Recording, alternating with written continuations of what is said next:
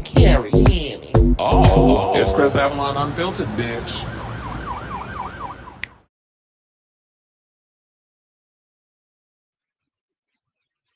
Well, hello. Welcome, and happy Tuesday. It's your boy Chris Avalon. Welcome to a brand new episode of Chris Avalon Unfiltered, a show where we basically talk about all things going on in celebrity news, hot topics, pop culture, and all that good stuff. Might even throw a little politics up in there if need be.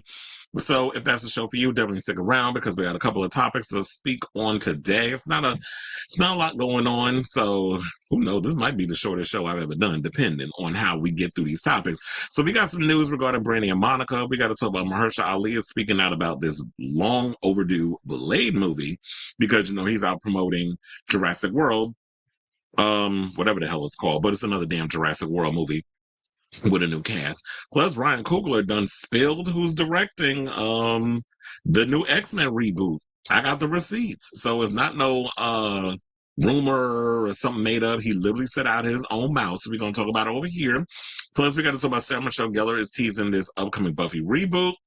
Liam Payne, I don't know if y'all saw the opening trailer the official trailer for this show, Building the Band, that I've been telling y'all about for a while now. The trailer dropped today, the official trailer, because they dropped the teaser one without seeing the judges a couple of weeks ago. So that came out today. We'll talk about that. Looks like the rumors is true. Katy Perry and Orlando Bloom is calling it quits, and he about to make his debut as a single man at Jeff Bezos and Lauren Sanchez's upcoming wedding. We also got to talk about this tea regarding Nicki Minaj putting out subliminals against Rock Nation, saying that they've been coming after her and her family and trying to silence the Barbs and all the other stuff. So we got to get into that story. Plus, Cardi B is being called out. There was something that a friend of mine sent me in our group chat. He sent me that there's some out artist, a queer rapper, who said that she kind of took his beat for her new single that she has out. We'll break that down. I just think that he's reaching. But also, there might be a little plagiarism because the name of her album, Am I the Drama? Well, apparently she stole that from a drag queen over there at Drag Race. So we got to get into that story. Plus, speaking of music, Lizzo was announcing that she's dropping a new mixtape this week. Keke Palmer is debunking this stigma about women who date men who make less than what the woman makes, because apparently there's some people out here that got a problem with it. We got those clips. Plus, we got to talk about Pedro Pascal is doubling down. He's standing 10 toes down on what he had to say about that old long chin heifer, J.K. Rowling. So we're going to get into all of that tea. But before we get to those topics, if you could please do me a solid, hit that like button. If you are new to the channel, hit that subscribe button. And also be sure to smash the notification bell so that way you know when we go live with a brand new episode of Chris Avalon Unfiltered. Later on the show, once it's done, you already know the usual drill. I'll be putting in the timestamps so that way those who watch the show after will be able to just click on the topics they want to pay attention to instead of sitting here listening to the live banter that myself and the people that actually tune into the live stream get into during the show. All right, let me hit my banner. I'll get to the comments that I already see coming in once I'm done with the first topic. So let's get into topic number one, and let's get into The Boy Is Mine. Excuse me. I'm sorry, I didn't hit that note. Y'all know normally I be doing my little yang on here, but anyway. So it looked like Brandy and Monica's going on tour. So a couple of weeks ago, the Jasmine, and I got to give them their credit, because the problem that I've been noticing with a lot of these trades, like Variety and Deadline, a lot of them, particularly let's focus on Variety. Y'all like to take people's scoops and try to pass it off as your own. Because I've noticed y'all been doing that a lot when it comes to people like Jeff Snyder and Daniel RPK and even John Roca and a bunch of others. But I understand, like, y'all have to hold on to information until y'all are given permission by the labels or even the studios to even spill tea. But if y'all gonna get intel, at least have it within yourselves to give people the credit. So that's why I'm going to go on here and do my due diligence and say shout out to the Jasmine brand, because they were the ones that were the first to run with this tea regarding Brandy and Monica going on tour with the same exact people that I actually mentioned. They mentioned Kelly Rowland and Money Long, but I didn't hear Jamal Roberts. So Jamal Roberts might be the extra name, and I don't know who that is, but apparently he won American Idol. Like I already told y'all, I stopped watching American Idol after David Archuleta was snubbed. Him and Adam Lambert. So that was usually around the time I stopped watching American Idol. So I couldn't tell you who won I could probably tell you who won the recent season because we talked about it on the show, but I don't remember his name. I don't know if this Jamal Roberts person is the one that recently won, but he won American Idol, and apparently he's going to be traveling with Brandy and Monica and all of them. So they officially made the announcement. I think they appeared on one of the morning shows. I think it was CBS. Yeah, it was CBS this morning, or CBS Mornings, whatever the hell they call it. Isn't that show Gayle King is on? Anyway, so yeah, they made the official announcement. Brandy and Monica heading out on a North American tour. I've heard that they're also going to be going overseas. I don't know if that's 110% accurate. I wouldn't be surprised if they do, but let's focus on North America. So the R&B Titans will hit the road for a 24-city arena tour with special guest Money Long, Kelly Rowland, and American Idol winner Jamal Roberts in Cincinnati on October 16th. Stops on the tour include Atlanta, Los Angeles, and Brooklyn because they're going to the Barclays Center. They're not coming to the Garden. Although I would have loved for them to come to the Garden. I would have loved to have worked that show. Unfortunately, the Garden is so booked. There's a lot of shows that is going to be happening with, like, I just got my schedule for next month. Oh my God, I'm going to be so freaking busy.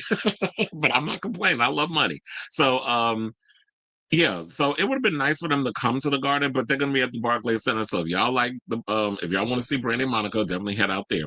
So, of course, y'all should know the Boy Is Mine tour is, of course, named after the iconic 1998 hit that was on Brandy's album, and then because Clive Davis wanted to capitalize on the success of that song because it spent 13 consecutive weeks at #1 on the Billboard Hot 100.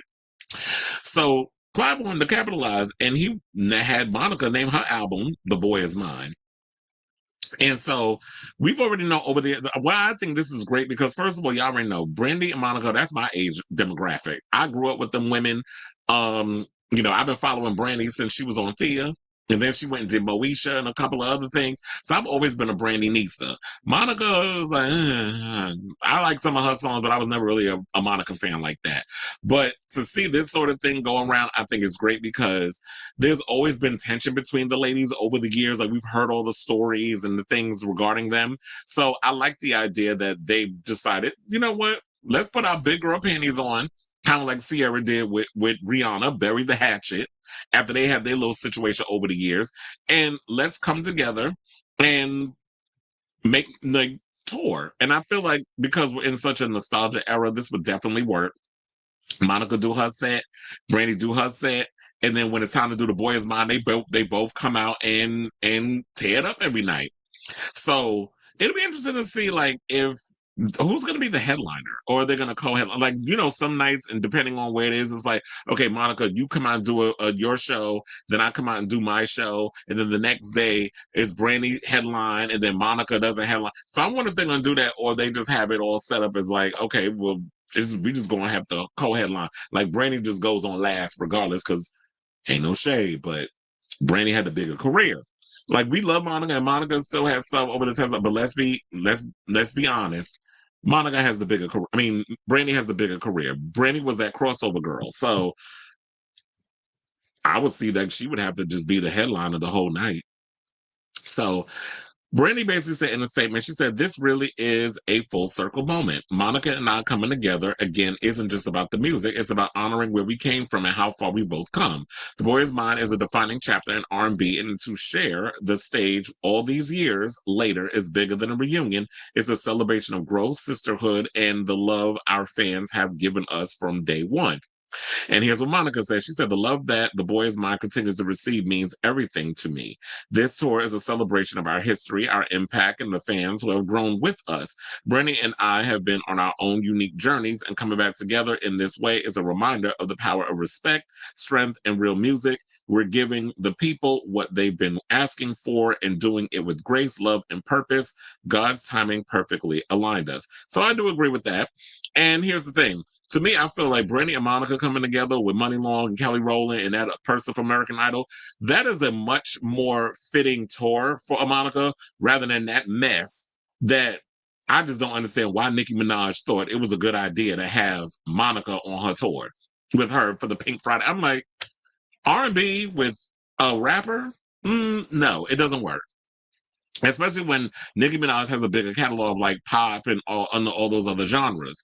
Her style of music just didn't fit in. And I'm not just pulling this out my ass. I work the shows, and people in the crowd was pretty much saying the same thing. Like just when Monica came in, how they fit her in that show, it just felt disjointed. People got up and went about their business. They either went to go get a drink, they went to the bathroom, they went for a walk, they did something. It just did not fit within that. But if you're gonna do something like this, where you have Kelly Rowland, Money Long, and Brandy and Monica in that American Idol singer coming in and doing what they doing, to me, if it's a much better fit than you sticking some R&B singer on a hip hop tour. Like, where they do that at? That don't make it make sense. So, if you're interested in getting tickets, they said that the pre-sale for the Boys Mind Tour starts on June 26th from 10 a.m. to 11:59 p.m. local time. General tickets go on sale June 27th at 10 a.m. local time. So definitely keep an eye out. The tour officially starts on October 16th in Cincinnati, Ohio, and wraps in Houston, Texas at the Toyota Center on December 7th. And then they also had the asterisks where Money Long is not appearing. So wait, let me come up and see. Excuse me. I was trying to see where the Brooklyn one, Barclays Center. And they said Money Long not appearance. Well, I guess she'll be at the Barclays Center, and then they're also doing the Prudential Center in Jersey, and they're also doing Atlantic City. So they doing arenas. Like I said before, it would have been cute if they could have done the Garden, but there's a lot of shows happening in October in the Garden, so I know they couldn't fit that in there, unfortunately. So I'll say all this to say, what do you guys think of this story? You're excited to finally hear that Brandy and Monica have made it official that they are definitely heading out on a joint tour together. I think this is a great once in a lifetime opportunity that people need to catch up in on, kind of like the Wu-Tang Clan touring. Which, to be honest, I'm kind of annoyed that my job did not schedule me for the Wu-Tang show. I'm working the Tyler the Creator show, but unfortunately, I'm not doing Wu-Tang, and I'm like, I'm a fan of Wu-Tang, so it would have been nice to kind of get that gig, but such is life. Whatever your thoughts are on this matter, let me know what your thoughts are in the comments down below. All right, it's like, hold on, because we got a couple of comments.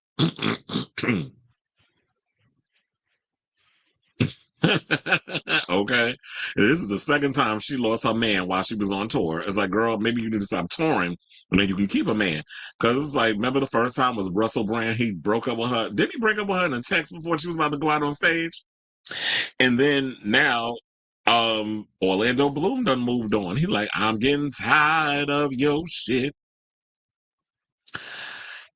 Magical Mermaids up in here. And then Felix said that explains why she smacked the thing out of the fan's hand in China, which upset some people. Because she had like somebody wanted her man. I'm like, your man unchecked out these. He don't want you no more. I guess Chris Pratt wanted too much money. They will pay for that one. Oh, you talking about Jurassic? No, I don't know if it was that. I think they were ready to move on. Because to be honest, uh, I was gonna say it was losing money, but it actually wasn't. I think the last Jurassic World movie made $1 billion. The problem was those scripts just wasn't good. That last one that they did, for the nostalgia effect, where they brought back Sam Neill and Laura Dern, like I love the nostalgia effect of it. But I just thought that the last what was it called, Dominion? It was Dumb Minion. That's what they should have called it, because that movie was dumb as hell. I didn't like it. I only saw it once, and I actually went to the movies to see that. So I was kind of annoyed with that film, but I've already heard stuff about the new Jurassic World, because apparently yesterday there was little, like, you know how like sometimes in the theaters where it's like they have these little surprise screenings of movies. They don't tell you what it is, but if you actually show up, they just show like a movie. Well, apparently yesterday, the movie that they surprised people with and showed was Jurassic World. And I've already heard mixed reviews. Some people said like it's not a good movie. I've heard Coy Jandreau saw it. He said that I can't speak on it until the embargo, but he said it's not a good Jurassic Park movie, but it is one of the better Jurassic World movies. So I'm like, Okay, that's good because I love Jurassic Park. That first movie, that's like iconic, and especially that scene with the Velociraptors going after the kids. That's like the most iconic scene from that whole movie. I kind of wish they would bring more of that in there, and I wanted more like scary zombies, scary dinosaurs eating people, and people in peril with the dinosaurs invading. Like we want more of that. Excuse me. I understand y'all have to keep y'all things PG-13. You want to get families to show up, but we got to make dinosaurs frightening again. So I'm gonna still see it because I love Scarlett Johansson. And then on top of that, there were people complaining and saying it was inappropriate that Jonathan Bailey was on the red carpet and he was being very affectionate and with Scarlett Johansson and kissed her. I'm like, y'all know that man's a homosexual, right? Like, trust and believe he's not trying to sleep with Colin Jaw's wife. That's just, you ain't got nothing to worry about when it comes to that. It's like Jonathan Bailey is gay. Y'all can relax, calm down. He's out. There's not nobody outing him. You said, and I seem refreshed. Yes, honey. I kind of am. I was actually annoyed because I'm like, damn, there's nothing really out here but I will make anything interesting on this show. You said today is also the 10-year anniversary of Carly Rae Jepsen's Emotion album. God damn, where did the time go? That is a good record, though. It's sad that people keep sleeping on her. The greatest pop album of the 2010s. That was a good record. I think the problem with one of my friends who's a DJ says he can't get into her because she's always so cheerful and so poppy. I guess you're like a little edge with your pop music. I like the promo pic too because I was like, first of all, their hair and everything was looking good in that picture. Not the boys cough. Let's hope the girls don't fail. Pussy don't fail me now. I really gotta turn around. Isn't that Missy Elliott? I'm trying to remember where I heard that song from. That just popped in my head. And you said we call Brandy the vocal Bible and Monica Godica. Oh no, I think you mean Gunica. Or maybe they do call her Godica, but we call her Gunica because Monica get ratchet when need be. So we be calling her Gunica. And you said not because she's the goat. Think of what the animal. Not y'all out here reading Monica vocals. Happy diversity. He said his Dino films, all his very well, I'm sure it'll make a shit ton of money. We'll see. The latest Jurassic Park movie is rated R. I don't know how I feel about that. Is it? Hold on. I think Jurassic World isn't it not Dominion, Rebirth. Because they had a New York premiere and stuff. I would love to have gone to that. No, I think it's PG-13. Hold on. Yeah, it's PG-13. They're not gonna trust and believe. They're not gonna make Jurassic World R-rated. They would be a fool to do that. It's probably gonna be a hard PG-13, but yeah, they're not gonna make that R-rated because they need to make money, and especially how much these movies cost, they need to bring in that billion dollars. Now, and which is what I don't understand because I'm like, parents will take their kids to see it. I guess if it's rated R. I mean, Deadpool and Wolverine made $1 billion and it was an R-rated movie. So I don't think I don't know why people think there's this notion in people's head that they think because a movie is rated R that it limits the audience. I'm like, but if the parent takes the kids to go see the film, and I know a lot of parents that take their kids to see R-rated movies. Then I don't think there would be a problem. They said this isn't the second time she was broken up with. Okay, that's why I said, wasn't it Russell Brand? We'll see. You said Saucy is on out. Oh yeah, I did. Yeah, so a friend of mine sent me that. I gotta watch that. I feel bad because I have not been. There's 2 podcasts that I've been meaning to get around to, and I put them in my thing, and so like I'm gonna watch later on YouTube, and I never get around to it. One is Outlaws. I have not watched not one episode yet. I've been meaning to that and Living Single. Every time I go and they drop a new episode, I make sure to open it, that it's in my history so I can check it out, and then I never get around to watching it. I think it's because I get so caught up in so many other things with the political pundits that I watch and other shows that there's so much coming out, especially with this freaking administration. Now we got Trump cursing on live news reports talking about They don't know what the fuck they're doing. Like, this is how you're talking to into the press. Like, what is? I hate it here. And I was born here, but I hate it here. Anyway, so you said huge fail to the brand. But we'll see. I don't know, because I'm on the fence. Like, I want to see Jurassic World, but if I keep hearing like there's mixed reviews, I'm like, you know what, fuck it. I'm just gonna go see it anyway. There's a bunch of movies that's coming out in July. Hopefully, I'll be able to get around to watching them because I know. But I realize what's good for me is like, if I'm working certain events, the best time for me to go and see a movie is early in the morning. So I always try to make it an effort to go see movies early. But anyway, all right. So let's move on. Let's talk about Mahershala Ali because yesterday we talked a little bit about David S. Goyer had let the people know that he has expressed interest in wanting to write the Blade script because he wrote the previous Blade movies. He wrote Blade, Blade 2, and Blade Trinity. And I know some people still want to windmill hard on David Goyer because he wrote Blade. Blade Trinity was trash. I'm like, okay, but out of those three movies, only one of them had a shitty script. So y'all can relax. But y'all love to focus on the negative instead of focus on the fact that yes, he gave us two of the best out of the three, two of the best Blade movies, and not only that, but when you look at the first Blade film, that opening sequence with the bloodbath, how we first get introduced to Blade, y'all cannot tell me that scene is not still iconic 20-something odd years later. Because when the movie came out, 98? So yeah. So Dave Goyer also was like, he had his people reach out to the MCU and said that if y'all need help, hi, how you doing? Me, hi, I'm over here. Like, I know this character. Maybe, if y'all don't know how to crack the code, maybe you can have me come in and take a crack at the script. They were like, we got it. We don't need the help. We know what we're doing. We think we got it. We cracked the code. Apparently, y'all didn't because we still ain't got no damn script. And not only that, now Mahershala Ali, who is busy promoting Jurassic World, which we was talking about before we got to this topic, he said that he still wants to film the movie and he wants people to know that, yes, somebody tell Marvel, I'm ready to start getting on board with this Blade film. And here's the thing. Since that announcement, when Kevin Feige announces new bracket or whatever type of films they had a plan on coming out with, which it didn't hit.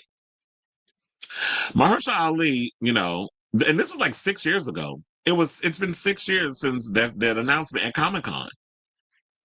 So now, shout out to Comic Book Movie for this story, by the way. They said Ali was asked about the status of the film while being interviewed on the red carpet of last night's Jurassic World Rebirth premiere. And it sounds like he's still more than willing to suit up as the daywalker, but the ball is very much at the studio's court. He said, call Marvel. This is what he told the Variety. I'm ready. Let them know I'm ready. Now, Ali had a little more to say to THR. He says, I would love for Blade to happen. We'll see. Because I'm sure like everybody on the red carpet was asking him about Blade. So he had to give so many different statements. So yeah, here's what he said to THR. He was like, I would love for Blade to happen. We'll see. I don't know where Marvel is at right now. I'm just looking for the next great part. I really am. Now, if that next great part comes along before Marvel is ready to get Blade moving again, there's a good chance Ali will no longer be available or interested. And I think also they need to realize that Mahershala Ali is in his 50s. Like, he's not getting any younger. And I'm not saying that, at his age, he can't do action, because he can. There's a lot of men who are at his age, even older, who are still making action movies, doing action. Like, I'm sure Jason Statham is in his 50s, still doing action. Arnold Schwarzenegger and Sylvester Stallone, all of them were pretty much older than Mahershala Ali when they were doing action. Tom Cruise was 62 and just released freaking Mission Impossible, the last one. I think this is going to be the last one, because this new one, this recent Mission Impossible movie is not going to make back its money. So I think they're pretty much like, okay, we need to reboot this franchise. I said to friends of mine when I was out the other day that I think what they need to do is kind of like put the Mission Impossible movies to rest, actually look into possibly doing a 10-episode Mission Impossible TV series. Focus on that a couple of years, ground it a little bit. Y'all don't have to do the crazy Tom Cruise stunts. Y'all can focus more on like the masks and all the other stuff, the gadgets, the cloak and dagger type stuff from the original TV series. Y'all can ground it in that way and do it as a 10-episode series. Give it a couple of years so we can get the movies out of our system, and then y'all can reboot it as a potential cinematic situation a couple of years down the road. That was my idea on that. And look, and last but certainly not least, John Wick himself, Keanu Reeves. Keanu Reeves is in his 60s now. I mean, he was in his, I believe, in his 40s when he started doing John Wick, but now he's in his 60s. He's supposed to be doing a John Wick 5, and there's rumors that he's going to be reprising his role as Neo in the upcoming Drew Goddard Matrix series, or Matrix 5, I should say, not a series. So Mahershala Ali being a man of a certain age, that's not too bad. And first of all, black don't crack. He still look younger than what his age would require, because I think he's in his early 50s. I think he's like probably 51, 52. I don't know off the top of my head, but we'll just go with early 50s. So he could definitely do it. And if there's any complicated stunts or whatever that needs to be done, like with the martial arts or jumping and all the other craziness, you can have a much younger stunt guy step in and do all the crazy action that Mahershala Ali can't do. But if you need him to get up in there and start kicking and beating people up and doing all that physical martial art type stuff, he can do as much as is required. But the longer y'all take, that window is going to start closing. So MCU, y'all need to figure out what the hell y'all doing and get it together, because we want a Blade movie. We want a Blade franchise. And the fact of the matter is, I don't know why y'all are taking so long. I did see that Bo DeMayo did chime in on it, was talking about there was some shade and stuff in his comments on what he was saying, because I guess he's putting it on blast in so many ways. And if you think about it, I was like, you know what? Because once upon a time, the reason why I bring up Bo DeMayo, and I am going to bring him up again, because he did say something else about what Ryan Coogler said regarding the whole X-Men reboot, which is our next topic. But when it comes down to the what he had said was that there was some shade in what Mahershala Ali was saying, and it probably is true, because if Mahershala is saying, "I've been ready," what do y'all like? They're the ones who need to figure out what's going on. I don't know what's going on with the script. MCU needs to figure out what they're doing, and yes, I'm here to do it, because I'm not going to sit up here and wait on the sidelines and lose money because y'all can't figure out what the hell y'all doing over there at the MCU. So I'm gonna take on other roles. I'm gonna take on this part in Jurassic World and whatever other roles that are coming my way. But y'all need to figure it out, because if this window closes, then I'm just gonna be like, you know what? It was fun while it lasted. It was great, but I got to move on. And I wish that Kevin Feige would be man enough to actually let them know what the hell's going on. And if there are plans in doing a Blade movie, because isn't it when it comes down to it, they have like this big plan on what movies they want to come out and what it is that they want to do? Like, I would think that y'all would have some type of idea, because now what they're saying, like, what they're really trying to focus on is setting up everything for Doomsday and Secret Wars, which is not coming out until like late next year, right? And then 2027. So in between then, because we were supposed to get other projects, but then because after Thunderbolts didn't do really well at the box office, and now we got Fantastic Four coming out, which I'm seeing like they're making like, okay, everybody's buying tickets to this thing, but I'm still like on the fence with it. I don't necessarily know if Fantastic Four is going to be good. And I think it's because I've been let down in the past by so many other Fantastic Four movies. So I don't really know if I'm not really that hyped for it. And I love Pedro Pascal. I love all the actors that's in it, but these trailers have not really gotten me as excited as, say, like Superman and all these other movies that we have coming out down the road. I'm not really not that excited. I mean, I'll go see it, but I'm not 110% like, oh my God, I can't wait until Fantastic Four First Steps comes out. Like, that's just not where my energy is.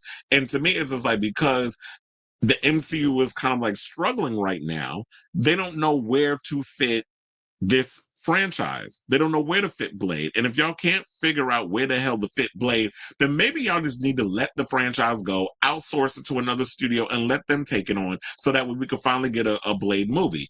If you can't make it seem to fit within the MCU, which is what Kevin Feige pretty much says. He said they're committed to Blade. We love the character. We love Mahershala's take on him. And rest assured, whenever we change direction with the project or are still figuring out how it fits into our schedule, we'll let the audience know. You're all up to date on what's happening, but I can tell you that the character will indeed make it to the MCU. Well, you're pretty much saying you'll let the audience know, but don't just let us know. Maybe you need to let your actor know, because he don't know what the hell's going on either. He's just as baffled as we are. So Mahershala wants to get it done. We want to see this movie, but if y'all can't crack the code and figure out, like, if it's gonna be a shitty script, then you know what, hold off on it and figure it out until y'all can get the script right. But it's been 6 years already. It's been half a decade. So figure it out, or in the words of the singers over there at Frozen, let it go. So I say all this to say, who sang that song? Was it, oh, Indina Menzel? So I say all this to say, what do you guys think of this story in regards to what Mahershala Ali had to say about Blade? He's basically saying, he's basically putting out there, was like, look, I'm ready to play this part. The MCU needs to figure out what the hell they're doing over there and where Blade fits in to this whatever freaking phase or universe we're in at this point. So I definitely want to hear from y'all. Let me know what your thoughts are on this story in the comments down below. All right. Ooh, child. Yes, good luck to Zora Mamdani. They out here doing all kinds of Islamophobic rhetoric. And today's a big day where we find out who places where. And my fingers is crossed that we got Zoran in, but don't think that whoever gets placed where, that the fight is going to be over, because the Democrats are going to do everything in their power. They're going to pull what they did with Bernie Sanders. They're going to do everything in their power. Whenever you get a progressive, whenever you get somebody that has better and stronger ideas and is much younger and is not, bought and paid for like these other morons, like a Bloomberg or Cuomo, they're gonna find it. They're gonna fight tooth and nail to try to sabotage this boy's campaign. So that way, they think that these billionaires act like they run New York. And we got to show them. And it's like, no, we the ones that been here. Like when the shit goes to wherever it goes, we New Yorkers are the ones who have to stand up and clean up the mess. We're the ones that still stick around while you billionaires or whatever go flying off to wherever the hell y'all want to go. So we got to let them know this is not a playground for the rich. While Giuliani started that and Bloomberg completed it, we're not going to continue to allow New York to be a playground for the wealthy. And that's literally what it is. It's Disneyland for the rich. I've been saying that for, think about 20 years, maybe less. They said RFK Jr. is in a committee hearing and he flat out said there's no. Okay. People die of complications regarding AIDS. It's like, oh God, them boil worms done ate up that man's brain. He was there in the 80s. First of all, he's old as hell. It's like, he said he was there in the 80s and the 90s when people did die. So I'm like, he old as hell, so he should know better. So you sit him here and denying that people die. It's like, God, shut the fuck up, please.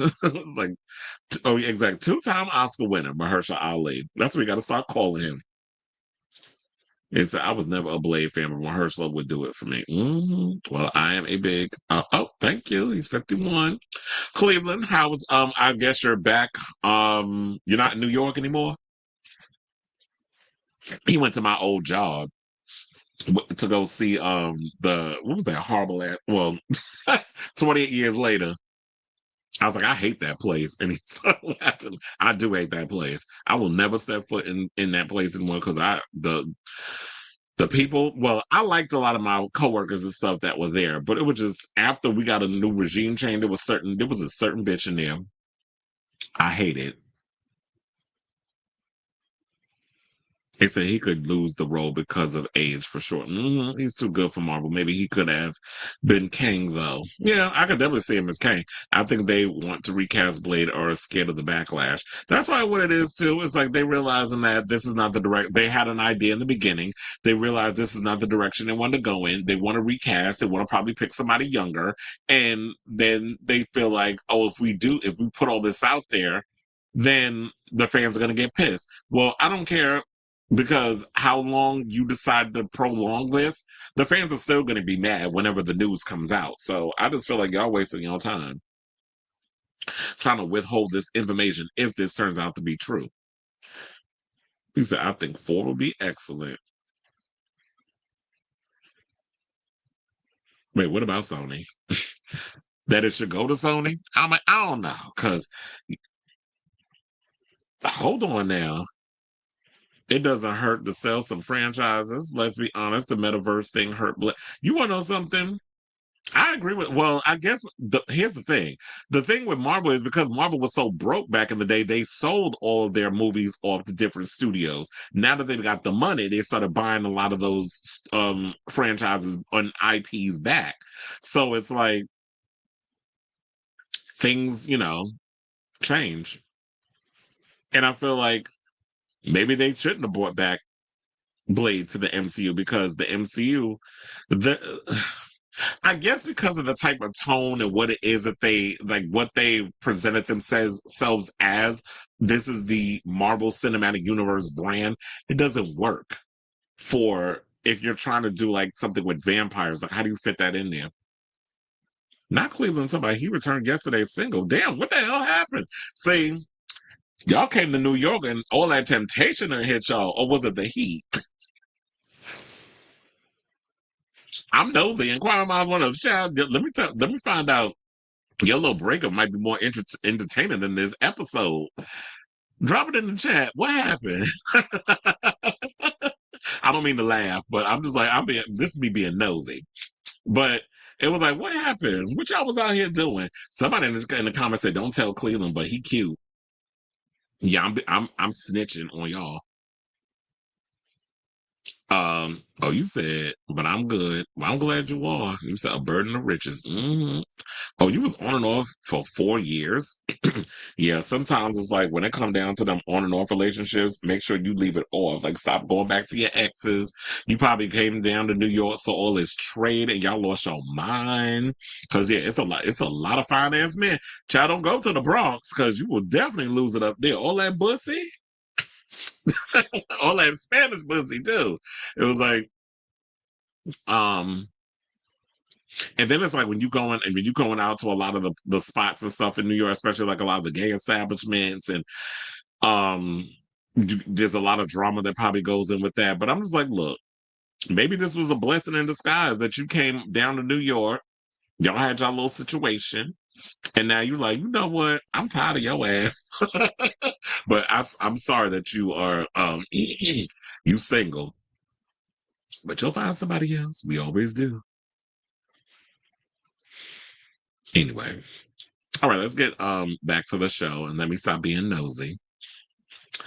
And let's talk about Ryan Coogler spilling the beans on social media. So apparently Ryan Coogler decided to open his mouth.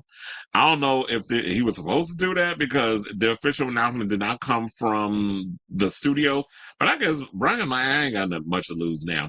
So yeah, there was rumors that came out a couple of weeks ago, like after Thunderbolts came out, that the rumors were swirling that Jake Schreier was going to be in talks to helm the X-Men reboot, which I was like, you know what, that would be a good idea that they would bring him in because I loved how he handled a lot of the characters in Thunderbolts, especially how you kind of string together, like how you take a multitude of characters and you kind of make them work in a team setting, which I felt like he was really good at directing a multitude of different personalities and characters in Thunderbolts.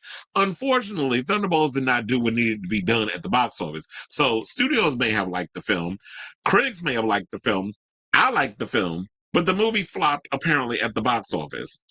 It did good enough numbers, but I guess it's because you have these second-rate characters of superheroes. I mean, besides Bucky Barnes, we love Bucky Barnes, but all the other characters were kind of like derivative of other shows and movies and things. And you kind of you had a Walmart Captain America, you had a Black Widow #2, which was Yelena, and then we had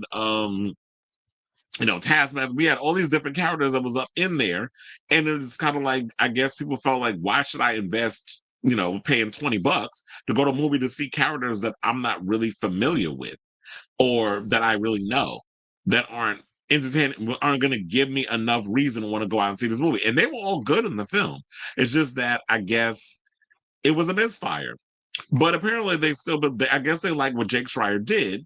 And so they were like, let's look at him as directing X-Men, because Ryan Coogler was asked about if he was going to be directing, which we all know, like, he's supposed to be directing Black Panther 3 whenever that comes.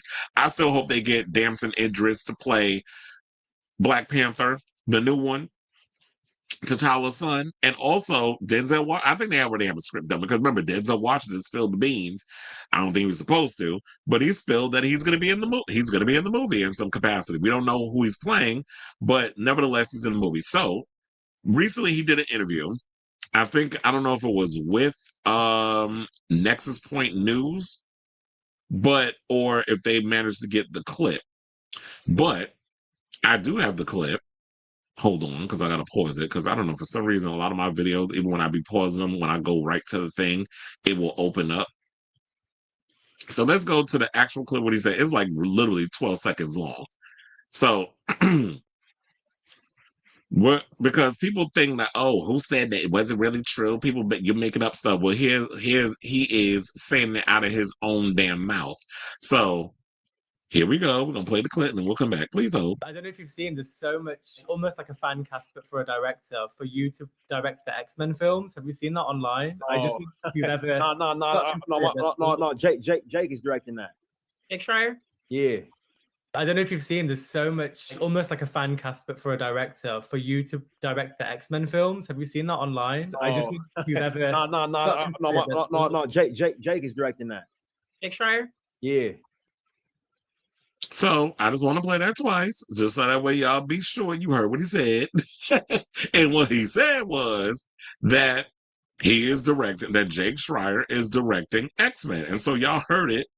Oh my God. So now now I'm pissed because one of the, I think I was going to show y'all this tweet. This is why I got to screenshot stuff in the future. I had this tweet of Bo DeMayo going in on Jake Schreier, and now when I went to go, because it refreshed, it said the tweet don't exist. So the damn thing is gone. I'm mad. But whatever. But nevertheless, he went in. He was basically saying something like, "Oh," and I'm a paraphrase, that it's typical, like that. Marvel will sit and give opportunities to some white guy who came out with a movie. The movie bombed at the box office. Y'all gave him a chance to handle something like X-Men, but X-Men should be handled by someone who, and I agree with him on this, where meaning someone who has dealt with oppression, racism, homophobia, that sort of thing. Because look, say what you want about Bryan Singer, I love that what Bryan Singer's take was on the X-Men films, because he was a gay man, or as I like to say, a homosexual, who understood what it's like to deal with discrimination, oppression, that sort of thing. And when you're talking about X-Men who are mutants, it is metaphor. It is them being a mutant is a metaphor for something like that, where it's just like someone who is of a marginalized community that's being discriminated against. So you want to be able to have somebody who can empathize and really understand how to explore that world. Hence why I love what Bo DeMayo did with X-Men 97. Hence why I like what Bryan Singer did with the X-Men movies. And I was hoping that they would probably pick somebody who was maybe a person of color or another homosexual director, but we don't know what. I don't know if Jake is a part of the LGBTQ community. I don't know what his connection of him understanding that world. Maybe he had a pitch that he came to the MCU with, that they were like, they loved his idea and what he was going to do to explore the X-Men. Because y'all know Kevin Feige's favorite superhero is superheroes. He loves X-Men. X-Men is like his favorite comic. So he's going to go hard for this one. So I don't think he's just going to just let anybody direct this film. But like I said before, I like Jake because of how he was able to bring a bunch of characters that could have just been, that just nobody could have really cared about, and make us care about them. So I do feel like he's really good at making characters interesting and handling an ensemble group of characters. So but I do have the other tweet he wrote where he apologized. So we'll get into that one. So now he said, in retrospect, I came down a little hard on Jake Schreier, so I do want to apologize. However, I do stand by the fact that Marvel largely seems to only let POC directors direct POC movies, and hashtag X-Men is way overdue to have more diverse creative leadership, both in film/TV and in the comics. This is just a fact. And I do find it pathetic that Marvel is not trying to be bolder and more ambitious with one of its most important properties. A lot of my POV is also informed by having worked in several projects with #Marvel and witnessed their preference for white or white passing creatives. This has been a part of the company's culture for decades and well documented with IP's departure. But he was just part of a far larger cancer in that studio. So yes, I lose my temper at times because of what I experienced and survived, and because I continue to have to defend myself against an insane smear campaign that has been launched with zero evidence. I'm human. I make mistakes and I'll own them, but there is a larger experience from I'm speaking from here. Anyway, back to Friday business. So he posted this on this was on the 20th. So, you know, he was basically giving his opinion, but it was like, yeah, he's worked at Marvel, so I would take his word for whatever he's saying because he's experienced and he's been there. So I guess now, like the studios and everything don't have, maybe, Ryan's gonna be like, damn, I don't think I was supposed to have said that, but it's out there, and it is what it is. But now they said that casting is reportedly underway and rumors have been swirling that the likes of Harris Dickinson, Margaret Qualley, and Julia Butters are said to be on the studio's radar. They were reportedly in contention to play Cyclops, Rogue, and Kitty Pryde, but I'm not sure if this is still the case. Now, along with Alien Romulus star David Johnson and Trinity Bliss, who may be in line to play Jubilee. Other names that have popped up on the rumor mill include Hunter Schafer as Mystique, Ayo Edebiri as Storm, and Javier Bardem as Mr. Sinister.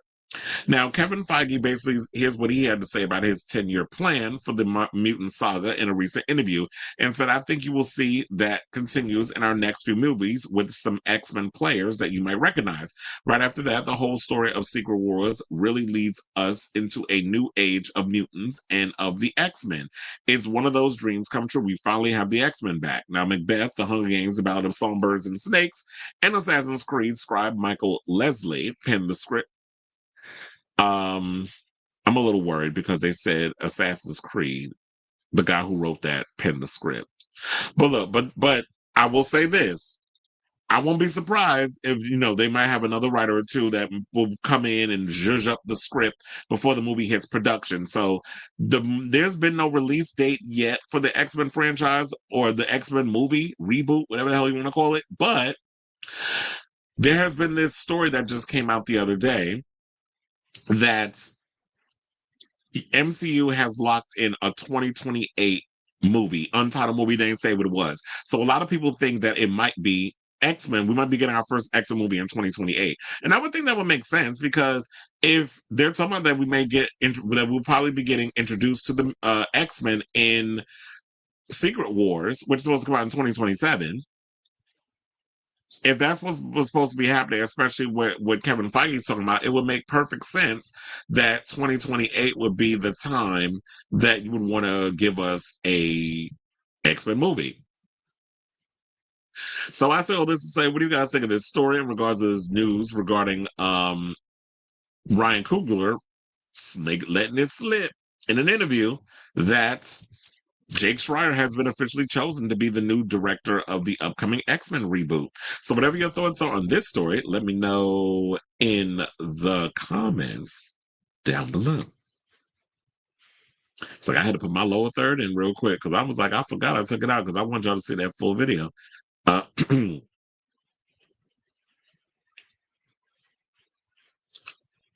Yeah. Like you said, and please retire, Jack. Okay, look, I think we've all pretty much said that. I think it's time that we move on for Wolverine. I mean, to be honest, I really hope that they don't even add Wolverine in X-Men. Like, do we need him? He's not really. I never thought he was like a big pinnacle part of the story. I just felt like, I don't know, maybe the director secretly, maybe them two was fucking, but I was like, at that point, I was like, okay, y'all just trying to, y'all made Wolverine, in my opinion, the center of the whole situation. And I'm just sort of like, there were so many other characters that was in that franchise that y'all could have focused on, but they made it all about Hugh Jackman and Wolverine. And don't get me wrong, I thought he was a great addition, but it's not all about him. where I feel like a lot of characters got sidelined. And y'all better not sideline Storm in this damn movie either, because I'm tired of y'all was playing in her face too. Do not underwrite Storm. Or make it like she ain't got, like she wasn't just as powerful as Jean Grey.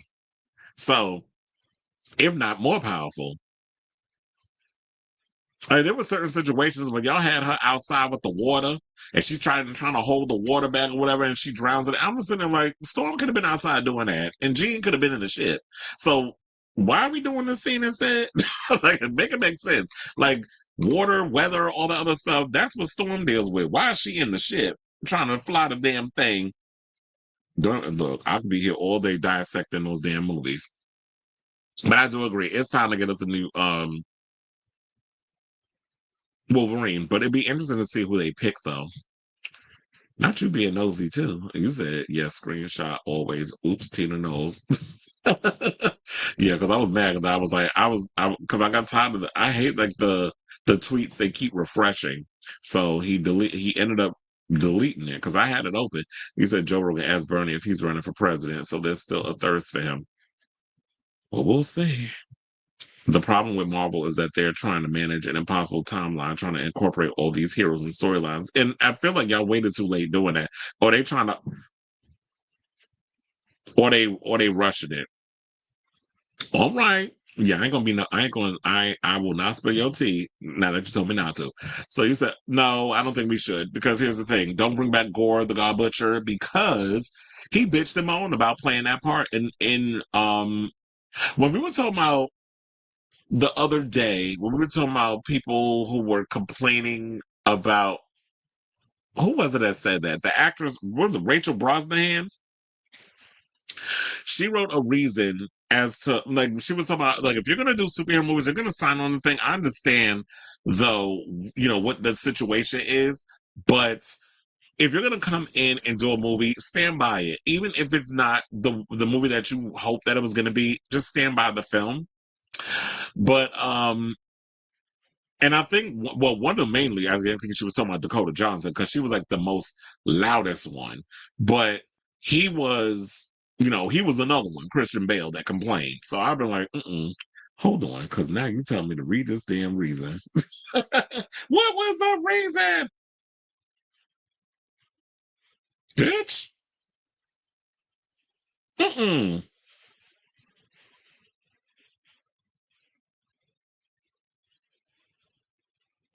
Nope.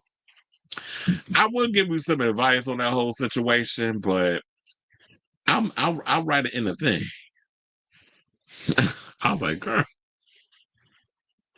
He said the third for Bernie is very small. Actually, I was rooting for him even when I couldn't vote in 2020. Well, you want to know something also? I don't know if Bernie would win because, number one, why he got everybody riled up, he's got a black people voting issue. Like, there's a lot of black folks that just don't trust Bernie, or the way that Bernie Sanders has not taken the time to go after the black vote or go and meet with black people, or go into like those areas that are predominantly black. Like, kind of like, that's what I love about Zoran Mamdani. Zoran was out here in the hood, even though I don't live in the hood, but Zoran was out there in like the Bronx and all other stuff, shaking hands, talking to the people, all that other stuff. And I don't know, Bernie, from what I've heard from many of people, has a black people voting problem. And he said the thirst for Bernie is, I was rooting for him even when I couldn't vote in 2020, but he just seems over it and more focused on pushing someone younger. I like AOC. I know there's always something with people that I know that follow a lot of this, that are really into like progressive politics. But, child, I'm about to say, where we going? Okay, let's talk about Buffy. Let's talk about Sarah Michelle Gellar, because she's still talking about Buffy. And she started teasing some details regarding what we could be expecting from this upcoming Buffy reboot, which I'm really hoping that it's good. I mean, we already know the actress who's playing her, but she said it will be lighter than the last few seasons of the original. This is what she told Vanity Fair in an interview at the Filming Italy Sardinia Festival. She said, we will try to find a balance between new and old characters. My dream is to bring back everyone who has died, but space will have to be made for new stories as well. Well, who could they possibly bring back that's dead? The only one that I would think that I would love to see to come back that died, I want them to bring back Cordelia. Now, I don't think they need to bring back Tara, because if you bring back Tara, to me it diminishes that period, that dark path that Willow had to go down during her season. It was like, we need to let Tara stay dead. I love Tara and Willow, but to me, if y'all bring her back, it's going to take away those emotional beats and stuff that Willow had to go through when the love of her life was taken from her. But I do think y'all need to bring back Cordelia, because the way Josh Whedon did her when you decided to kill her off an Angel while she was pregnant in real life, but not on the show, and the way that he treated her, to spite that bastard, bring her back. So, and then did Anya die too? But if y'all not gonna bring Xander back, then don't bring back Anya. So I feel like the only one that I would like to see that they killed off, and don't bring back Buffy Mother. There really was a lot of dark moments on these shows. Now that I think about it, I'm like, damn, I can agree with her. Like, yeah, y'all do kind of need to lighten it up a bit. But I think like lighten it up in regards of like, the sense of humor, a little one-liner here or whatever the case is. Like, how can y'all be sarcastic in some of the stuff y'all said? Like, bring those Joss Whedon isms, but don't make it because I think when people say that it'll be lighter, I think people are worried because they think it's like, what, is it going to be like an action comedy? I don't think that's what they mean. I just think that what Sarah Michelle Gellar is saying is that it's not going to be as heavy as it was when season 4 came around, when Buffy had graduated high school.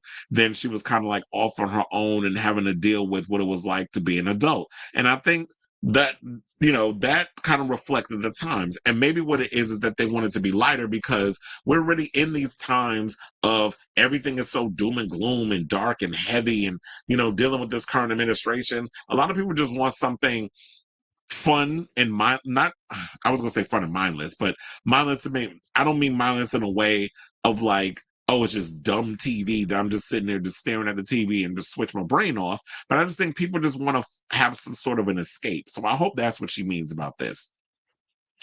So now Gellar, who led the original series from 1997 to 2003, is returning to reprise her signature role as Buffy Summers.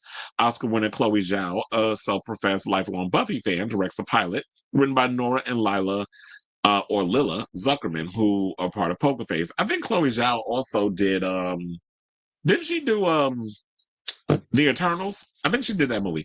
And then they said Gellar says she's very lucky she didn't feel the pressure that today's actors feel with social media during her time on Buffy, and wants to make sure the reboot includes modern themes. Saying, quote, one of the surprising aspects of Buffy is that it's always been a crossover series. We're trying to figure out how to modernize the themes of the series, especially what it means to feel like an outsider in a world dominated by social media. What we want to explore are the space-time boundaries that affect society today. So I'll definitely be on board, because I've always been, the fact that we do have some Gen Zers that watch the show, and me trying to understand this show that I'm doing right now is what I mean. And a lot of the younger generation definitely puts me on to a lot of the things that's going on. My goddaughter is a Gen Zer as well. Excuse me. So trying to understand that world and all of that, I do find it relatively interesting. Excuse me. And also, what are the things that affect the younger demographic and the young people today, especially like a young Slayer, like this Ryan Armstrong girl that's going to be playing the new Slayer. Whatever, I don't remember what her name is, or if it's been officially revealed what her name is. But Gellar also credited Zhao for luring her back into the reboot, because for so many years she said that she had said no to returning to the series. But she did say this. She said, I didn't want to reintroduce something that we already seen. I waited for the right time to come. Then Chloe, a big Buffy fan, proposed the project to me, and I accepted. The gestation was long. It's been 3 years, and we're still working on it. Now, Ryan Kira Armstrong, that's her name, who was a part of Star Wars Skeleton Crew and was in that movie Firestarter, but it wasn't a good movie, but she was actually pretty good in it, which I did find relatively insulting that they nominated her for a Razzie for playing that part, but it wasn't her fault. So Ryan was announced in May as the new Slayer opposite Gellar. Armstrong's character is described as in casting materials as an introverted high school student, which I think is something can't even talk today. Apparently, is the complete opposite of what type of character Buffy, Sarah Michelle Gellar played as Buffy. Buffy was someone who was very extroverted. She was outgoing. She was a cheerleader. She was someone who had a lot of friends. Well, if we talk about the movie, she was very much that Valley Girl cheerleader type. She also was that when she came on the series, but then they changed it up a little bit, and then Buffy started becoming more relatable and friends with more the outsiders, like Willow and Xander and some of the others. And she didn't fit in with that whole cheerleader crowd because basically her mind was somewhere else, and that was dealing with the supernatural and that sort of thing. So when you're dealing with that and you having certain encounters, you are seen as like a weird and a freak and all that other stuff. So I love that take on that. But seeing somebody who's basically an introvert who has to become an extrovert and save the world, I do think that take on it is relatively interesting. So I'm definitely excited to see what they're going to be doing with this franchise. You know, as someone who's been a Buffy fan since I was a kid in the 90s, I'm definitely going to check this franchise out when it's done. And I'm going to give it a chance. And then when it comes out, I'll determine whether or not if it's still up there with, if it's a good sequel to the Buffy that I grew up with, or if it sucks.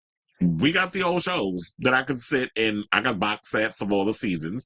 And I could also just go over on Hulu and rewatch the entire series, which I've been doing, but then I stopped. But then when I need to start rewatching continue to rewatch, so that way when the new series airs, I'm well brushed up on the old Buffy verse. So I say all this to say, what do you guys think of this story regarding Sarah Michelle Gellar saying that she wants to bring back some of the everybody that's died? I hope she don't mean everybody. I mean, there will be some characters, or like I said, Cordelia be the only one I'd be excited if you brought back, or maybe you could bring back Fred. Oh wait, she's Illyria now. But if I remember, I don't think Illyria died, right? I think she rode off into the sun. Well, they was all fighting the monsters at Wolfram and Hart at the end. They need to bring Angel back. Like, we need a reboot of that. But anyway, so enough about the Buffys and all that other stuff. I definitely want to hear from y'all. What do you guys think of this story? And who do you think they should bring back to the franchise? Whoever your thoughts are and whatever your thoughts are, let me know in the comments down below. You said they prioritize corporate interests. He said, never like Buffy, too white for me. Funny enough, I never really watched Will and Grace like that. I would jump in every now and again and catch an episode, but I never really fully watched Will and Grace. But I have caught episodes in the past. All right, y'all. So now let's talk about building a band. I don't know if y'all finally saw the trailer. I will play it on here, but I don't want to risk getting demonetized or that I won't be able. Yeah, I won't be able to monetize this episode. But yeah, they finally aired the official trailer, and I was interested in seeing the show before because when I saw it, got a piece of what it is about. But then when they showed a full-fledged trailer, even with the judges, I'm like, okay, I'm excited to see this show. I'm definitely looking forward to seeing the show. So the show features AJ McLean from the Backstreet Boys, going to be the host. And then you have Liam Payne, who was formerly of One Direction. You have Nicole Scherzinger, who was formerly of Pussycat Dolls, which sidebar, I heard that she performed a couple of Pussycat Doll songs at Broadway Bears Equity Fights AIDS over the weekend. So I heard that she was out, and then some people were like, oh yeah, she's singing them. So I said, well damn, her vocals is on majority. She was the one that was singing majority of the vocal stuff, the backgrounds, everything, while them other girls was up there pretending they were singing. They were just the dancers. And then we have Melody too. But for the most part, Nicole was the headliner. So it made sense that she would be performing those songs. And then we got Kelly Rowland from, of Destiny's Child fame as the judges. So In the clip, the audience is introduced to 50 singers, each isolated in their own booths, as they can only listen to one another audition for the collective, with fellow competitors pressing a button in the booth if they want to work with them. So it's kind of like The Voice meets Hollywood Squares, because they got like the little booths or whatever that they all sitting up in. Meets yeah, so like I said, it's like The Voice meets Hollywood Squares meets I don't know. Is there any other comparison that I could probably throw in there? But it's like, yeah, they press a button and decide if that person they want that person to be in their group. So then they got a little American Idol up in there, except this seems to be more watchable than some boring ass American Idol. American Idol to me focuses a little too much on, if you're black, you got to do the soul music. If you're white, you got to sing the country music. So it just feels like they very much put people in boxes, and they're all about like that middle American thing. This show does seem like it'd be up my alley and wanting to watch people become a pop music group. But the question remains, are people really hungry for a pop music group in today's climate? Because don't get me wrong, as somebody who grew up on girl groups like the Spice Girls and Destiny's Child and things of that nature, and boy bands like NSYNC and the Backstreet Boys and Old Town and 98 Degrees, and remember Together? They were a parody group, but I remember Together. I remember I was at work and I heard these girls talking about Together. This girl was telling her coworkers about this group called Together. One of the cast members died. I remember that. I think they had cancer. But it was about Together, and there was that song. I know my calculus. 2 + 2 = us. It was such a stupid song, but that song was catchy as hell. But anyway, so yeah, so we have the 50 singers. They get isolated, and then they press a button in the booth if they want to work with them. The show aims to have these singers form 6 bands out of the audition process, sight unseen, before getting to the real work, as Scherzinger calls it, of putting together a cohesive aesthetic when they finally meet in person. Now, for Payne's part, clips show the late musician working with the group of singers on their vocal performances. Saying, "You have a lot of work to do vocally," he says. "I need to feel the connection between you guys." Another clip shows him appearing to console a group after a performance, saying, "How these bands are put together is not normal. We weren't put together that way," he says, seemingly in reference to One Direction. Now, the new series, which is set to air on Netflix beginning Wednesday, July 9th, wrapped filming just 2 months before Payne died last year after he fell 3 stories from a hotel balcony in Buenos Aires, Argentina. Netflix announced in January that the show will be released as planned, with Payne included after consulting with the late singer's family. A press release shared that with the new trailer that Payne's family has watched the series and is supportive of his inclusion in the final project. And I was sitting thinking, like, why wouldn't they want him to be, people to see this? Because to me, if it's a good show and he did great work in it, I know you want to be respectful and honor his legacy and everything, but I would definitely want this to be like, you know what? I would want people to see this show. And if the show is successful, based off of people watching it, if breaking the band, if building the band, making the band, I guess, would be another, thing we could add in, as this kind of is similar too. That there's similarities there, or a cross between, as I was saying. But if building a band is successful and it gets to season 2, who should replace Liam Payne? And I was sitting there thinking, maybe what they could do is have AJ McLean come in as the new judge, and then they have to hire a new host. Maybe Lance Bass or Joey Fatone, or you could pick somebody from NSYNC to come in and be the new judge. I would say, why not JC Chasez? I would love to see him come in and do that. But then again, remember back in the day where JC Chasez was a judge on America's Best Dance Crew, and I'm trying to remember if I remember if he was good on that, or if he was like rubbing people the wrong way. I don't think he was. I think he wasn't that bad of a judge. But if they want to go in a direction, if it does get a second season, I would love for them to bring in a boy bander and see if he would gel enough with these ladies. Like, keep it with Nicole, keep it with Kelly. And Kelly and Nicole both have experience of doing these type of shows, because they both did X Factor. So they have experience judging shows and singing and all that other stuff. So I would love to see her be a part of it. I do wonder if she's planning on coming back to The Masked Singer or if she's done with that. Because, you know, she's going to be done with Sunset Boulevard and all that other stuff relatively soon. So I am curious if she's going to plan on coming back to The Masked Singer. At this point, I say let Rita Ora have that. She could stay over there and do that show. I mean, quite as good. She probably could use a jet. But yeah, stay over there. Nicole, move on. I would say I'm hoping, fingers crossed, Bill and the Band gets a season 2. And if it does, we'll just see who comes in and replaces Liam. So I say all this to say, what do you guys think of this story? In regards of, did you see the trailer? Does it look like a show that you'd be interested in checking out?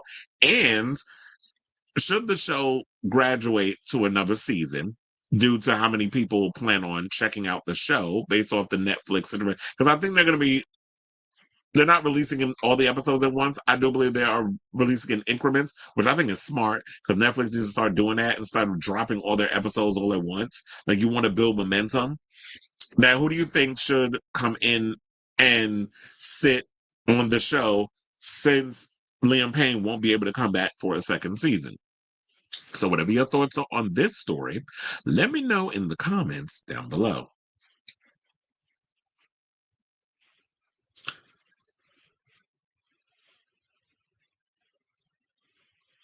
You said, give me the option to buy the series, not just streaming exclusive. Are you talking about Buffy? But we'll see if they actually release it, because, you know, I've noticed depending on the project, they are releasing like Blu-rays and box sets of certain shows. Keeping Liam in will draw viewership for sure, but wonder if they will watch once he's not featured. Well, he did the whole season, so they'll stick it out for the whole thing. But they say he died like right after they wrapped.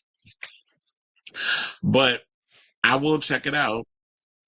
But it will be interesting, like, if they come back for a second season and they bring somebody in, will people check this show out? Because I do think that the premise is relatively interesting. But I guess it's all about the execution, right? You say, hearing you talk about this show all the time and then watching the trailer felt unreal. I don't think anyone of my age who cares about a Western music group. What you think? Because it's all about K-pop? Yeah, because I had to go and I had to make phone calls today. Like, I had to go and call because I was upset. I got my schedule, so I had to like change a whole bunch of stuff around, especially like some shows I was supposed to work for City Field. So I had to be like, there was a Blackpink show that I was supposed to work, but apparently I can't work it because Chris Stapleton shows are that day. Apparently I got scheduled for both Chris Stapleton shows. So I got to work both of those. And the show that I wanted to work on a Saturday with Blackpink, I'm not going to be able to work that one because I'll be at the Garden doing Chris Stapleton. But they have a Sunday show, so I'd be like, can I work the Sunday show instead? And so I had to work that out. So I will be working. Look, I told you I'm going to be busy next month. So I'll be doing 2 Chris Stapletons and a Blackpink back to back. Which is going to be exciting because I do feel like it's all about K-pop right now. Like, I feel like when it comes to groups and stuff, I don't know if people, like what you're saying, like, I think I kind of agree with it. Like, do people actually care about Western groups, boy groups and boy bands and girl groups and that sort of thing? Or is it like it's all about the K-pop, which they are using a lot of our Western ideas. Like, when you look at it, they kind of are taking a page out of what we do with the girl groups and the boy bands, and they incorporate it in their own little thing. Especially because we accuse everyone of being industry plants, and these people are quite literally planted by industry. Well, we'll see. So I would replace Liam with another One Direction member, and Lord knows they're not up to anything to have younger appeal among 2 artists millennials grew up with. So do you think, like, Niall, they need to bring him in? I mean, I'd rather him on there than some stupid, what's the other show that he was doing? The Voice. Bring another member from One Direction. So far we have 2 people that said bring in another member from One Direction. But do you feel like people will feel that's disrespectful? That it's like, oh, you lost one Directioner. Now we got to bring in another one. So that's why the only reason why I didn't suggest that is because I would think that some people feel like it's disrespectful. He said, you know, it heavy with a name. Shut up. I wouldn't be surprised. It probably is. You know, them Irish boys, you got to watch out for them. The Payne do be heavy.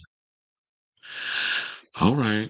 Okay. Child, let's get into this mess. Let's talk about Katy Perry. So apparently Miss Mamas cannot catch a break. After, she got a flop album. The album ain't really do all that well. 143. None of y'all cared. The tour is doing what it's doing. Some people saying it's a disaster. It's a mess. It's a hot mess. Well, it looked like her personal life is a mess too, because word on the curb is, and the curb being TMZ, that Katy Perry and Orlando Bloom are done. And these rumors have been floating around for quite a while. They even said that they kind of just met up recently to try to work things out. But it looked like that they couldn't make it.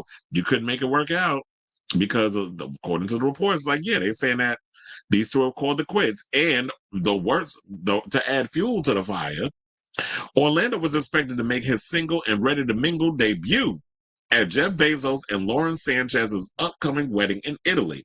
So according to the Daily Mail, they said an insider said he's the life of the party and he's going to hit the dance floor hard, and added that he may even sneak away with Leonardo DiCaprio for some bar crawling.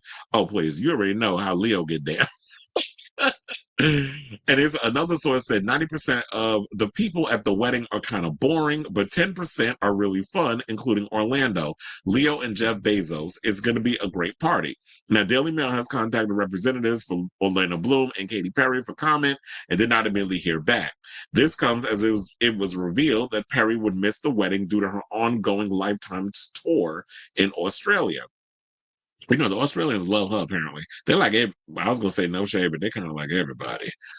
Because I don't think they get a lot of people out there because, they're based on the other side of the globe. Like, while it's hot, 100 degrees out here, yes, well, according to my watch, it's 97 degrees, but I'm sure it's probably like 197 if you stepped outside. And in Australia, I think it's wintertime over there. But anyway, they said the 3-day wedding celebration will reportedly take place on today, actually, the 24th to the 26th in Venice, Italy, while Perry is said to be on the other side of the world. Now, Perry has shows in Perth, Australia, on June 22nd and 23rd, followed by a concert on June 26th in Adelaide. Perry first announced her Australian tour in September of 2024, and though it did not initially include the 23rd and 26th dates, they were added within the following weeks. Now, Bloom has so far not visited Perry on her Australian leg of her tour. Well, how could he when he's about to be doing, partying it up and losing his mind up in Italy? So Daily Mail has contacted reps for Perry and Bloom for comment, but did not immediately hear back. How many times am I going to say that? Now, the A-listers are friends with the Amazon CEO and former TV journalist. Well, we already know that because we saw the picture of Katy getting on that little shuttle with Lauren Sanchez and Gayle King, where they basically gave a little rim job to the planet before coming down in like 12 minutes. So they said she even went to their subsequent bachelorette party in Paris. Now, earlier this month, people claimed Katy's poorly performing album 143 had caused tension in her relationship with her fiance. And y'all know who else is going to that wedding with Jeff Bezos, which we shouldn't be surprised by. They said Ivanka Trump is going, along with Jared Kushner and their kids. I saw them on the boat when in one of the pictures. Are they out in Italy? So they're all going to the wedding too. Now, the singer's seventh studio album 143 was released in September of 2024 and received a largely negative response from fans as well as critics who claimed the record sounds generated through AI. Well, damn. Katy was deeply frustrated following the reception of her new album, saying it made her feel very stressed, according to a source who told this to People on Monday. They said Orlando was understanding, but it did cause some tension. Probably because she was beating herself up over the fact that she should have listened when people were trying to tell her that it wasn't a good idea for her to work with Dr. Puke on his new damn album. So that was her fault. Nobody told her to go off and make that record with him when there's so many other producers out here that she could have gotten some interesting dance tracks from. But Katy knows it all. And now you're getting all the backlash. And I guess because of what's happening in her professional life, it's kind of crossed over into her personal life, and now it's a mess. Now, meanwhile, an insider recently told the Daily Mail, they said Katy has been through it in the last few months, leaving American Idol, releasing her lackluster album, the debacle over her space mission, and her struggling tour have been disappointing and stressful. There aren't many people she could dump her emotions on, but obviously she can with Orlando. But with his work and juggling parenting, life as of late has put a strain on their relationship. Because you have to forget, I mean, unless you forget, Orlando Bloom is an actor. So he's out here trying to work and do things too. And he ain't got time for your shenanigans. He ain't got time for your mess. And I can totally understand it. It's like, yeah, she don't have a lot of people to dump on. But look, because some people will say that this is her karma because she's not the nicest of people. Especially what she did to them people regarding them homes. That one home where that woman, wasn't she a nun or she died?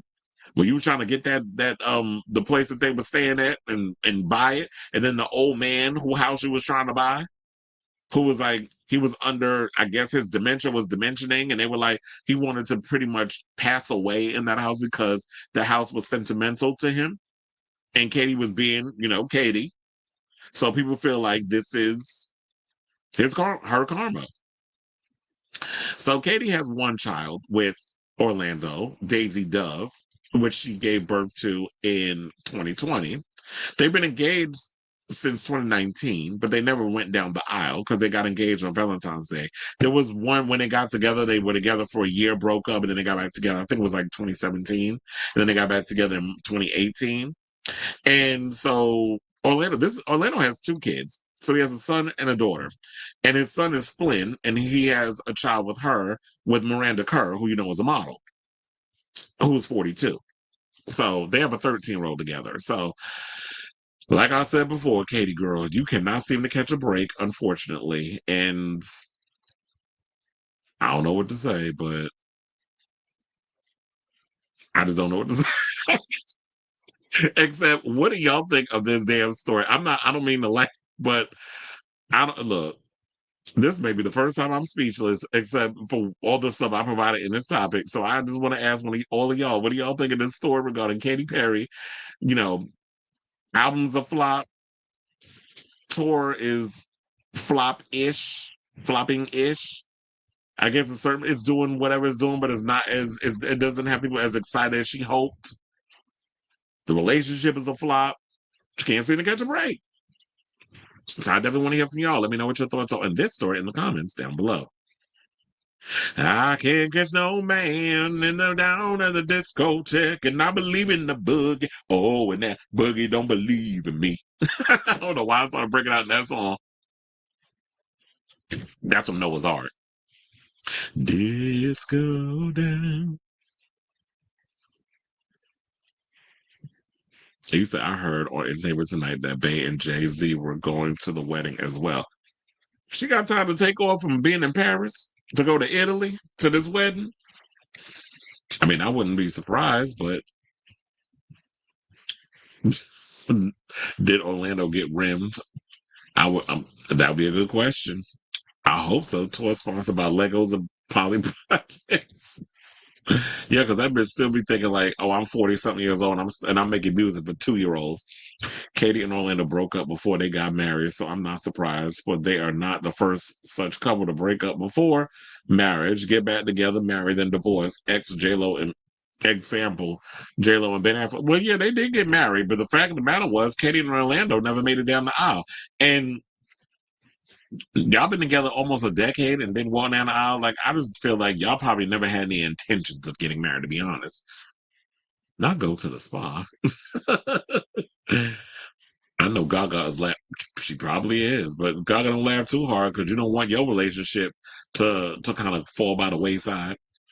Now I'd rather go to the Substance, the musical. Can you look? Don't give Broadway no ideas because they will come up with something called Substance, the musical. Just like we're supposed to be getting a musical version of Drag Race. I say, what's COJ coming to Real Housewives of Beverly Hills next season? Are you trying to say Katy Perry? Could you imagine her doing Real Housewives of Beverly Hills? I don't think she'd let people in her personal business like that. So I couldn't see her coming on doing the Real Housewives, although she would be perfect for that show. And Andy Cohen would be totally excited to have her on. All right, y'all. So since we were just talking about Jay-Z and them, let's talk about Nicki Minaj because she was out here throwing subs at Jay-Z. And that was the one thing I don't like about Nicki is that I always feel like, girl, if you want to say it like you mean it, ooh, ooh, shout it out in the words of Wendy Williams. Like, don't be out here throwing subliminals. Like, say it like you mean it. You ain't got nothing to lose at this point. You're a legacy act. You know, your career is where it is. And I don't feel like you need to be out here being fearful of Jay-Z. Just come out and say what you need to say about him. If you feel like he's been sabotaging your career, then call him out. Because I do think that Rock Nation do be playing dirty with their artists and stuff. But anyway, I know I'm jumping the boom boom gun. Let's get into what she said, actually. So Nicki appears to have accused Rock Nation of plotting a conspiracy against her. Now, things kicked off with Minaj reposting an interview done by Damori Hadley, the estranged daughter of Rock Nation CEO Desiree Perez. Shout out to Hip Hop DX for this story, by the way, because I got to cite my sources. Now, in the interview, Hadley, who is suing her mother for committing her to a mental institution, claims they, as in Rock Nation, abused her, Nicki Minaj's freedom of speech. They've abused her family. They've attacked her husband. They've attacked her child. It would really scare the American people, or it should really scare the American people. She said, it should really scare you guys too, right? Because I'm the daughter. So it's like at this point, if it's happening to me, I think she's really outspoken. And I'm grateful that she's being outspoken on it because I think she's almost saying it like, well, it happened to me. It happened to her. Let me speak up on it. Nobody is safe right now.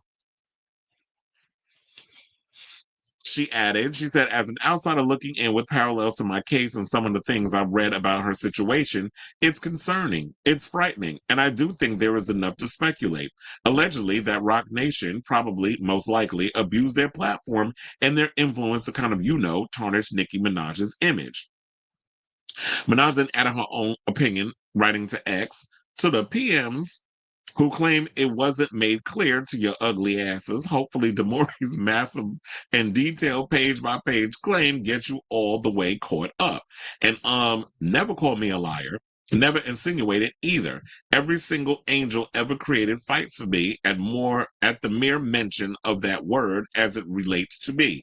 Vengeance is the Lord's. Be careful. No one who conspired on the wrong side will go unpunished for the role they played in this movie. Hope it was all worth it. So yeah, there was like this real long interview that this person, I think his name is Xavier, it's on their Instagram, and he basically posted something regarding Damori Hadley speaks out on her explosive lawsuit against her mother Desiree Perez, Rock Nation CEO, alleging a pattern of abuse and wrongful detainment while addressing ties to Tory Lanez, Nicki Minaj, Jay-Z, and the music industry's power dynamics. So I do have this whole thing on my website. If you want to go and to exact Instagram interview, I will play it on here, but it is a long interview and we're not going to sit and do I need to play y'all this whole full video so that way y'all can get an idea of what Damori is talking about. But if her crazy ass mother out here committing her own daughter to a mental institution and she's partaking in things where if you speak out against a lot of these major labels and a lot of these corporations and a lot of these, what do you call it? Like, just like these, I just say in general, in these companies, or I was thinking distribution. That's what I was thinking. I was thinking more like these places that distribute artists and stuff, where you do see a lot of sabotage. And I have witnessed, and I've seen a lot of the sabotage that happens to artists based over certain people, where they try to put an anchor on people's careers while they like to let other people surpass them and thrive. And kudos to Nicki for actually speaking out on this whole thing. But there have been we could go into the whole thing about how, Nicki, you have been sabotaging in other ways on certain things that you do to other people. But since we're talking about the Jay-Z situation, I don't put nothing past Jay-Z, because I remember somebody had posted something about Jay-Z coming out on stage to perform with Beyonce, and I'm like, who else gonna come out there and perform with her? Like, he's married to her. He's pretty much helped steer her career where it needed to, where it's like nobody goes and does any kind of craziness. Like after Matthew Knowles done stepped to the side and was no longer her manager, don't nobody mess with Beyonce in a way of y'all not trying to sabotage or do nothing crazy to her career. But I was like, of course Jay-Z gonna come out there and perform. What else he gonna do? Because number one, Do we remember hearing the stories about how Jay-Z would get possessive of Beyonce? Like, because I remember growing up, I was like, why is it that Beyonce always working with Jay-Z on everything? Like, she don't have no other rappers or no other artists that can work with her. Because but then I heard the story about how Jay-Z was getting mad because Bun B and all of them was like looking at her like she was a snack. I mean, don't get me wrong, look at Beyonce, girl got ass and thighs for days, the body be bodying. But and Jay-Z with that face, of course you're gonna be insecure about other people looking at your girl. So he didn't want other men being around her from the stories that we've heard. Between that and then Sean Paul told the story. Because he wasn't, if I remember correctly, I don't think he was in the Baby Boy video. So while a lot of people would think like some of these accusations that's coming out in regards of Nicki saying like, see, I've been trying to tell y'all, but y'all be thinking like I'm crazy or whatever the case is. And maybe it's because people kind of look at Nicki as a hit dog hollering, or a lot of times when she come out and she be just lashing out, crashing out, or going or popping off or whatever the case is, people be thinking like, oh, she be doing too much, she being dramatic, all this other stuff. So that leaves cause for people not to believe her when she says things. But then other people have to come out and be like, she wasn't lying. These are things that's going on behind the scenes. And people be thinking they know every goddamn thing because of what they see in the media or whatever the case is. But you have to realize everybody got a boss. Everybody is controlled by something. And when you're someone who's willing to risk it all and know that at the end of the day, my fan base got my back because they've been the most loyal of loyal. And I definitely sensed that when it was like, when she did her Pink Friday tour and doing the arenas twice, I was sitting there like, you don't realize how strong her fan base is. So with all the obstacles that the industry puts in front of her, the one thing I will say about Nicki is that at least she has a strong enough fan base that will ride for her and will keep her successful down the road. And I think she was saying all this, that this is why she hasn't been able to release new music and stuff. I was reading that because I'm sitting there like, didn't she say she's working on a new album? Because if she's saying that this is why she hasn't put out new music because like the sabotage has been coming from Rock Nation, does that mean that she won't be able to release no more new music? So I'm definitely curious about all that, but I guess I'm just going to have to do a little more research on this story to find out, to get down to the root of it. But in the meantime, I definitely want to hear from y'all. What do you guys think of this story? Do y'all believe these allegations that, Demore has put out?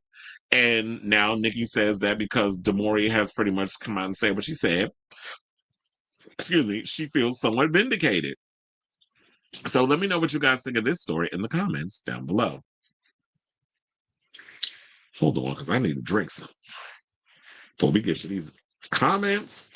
And the next topic,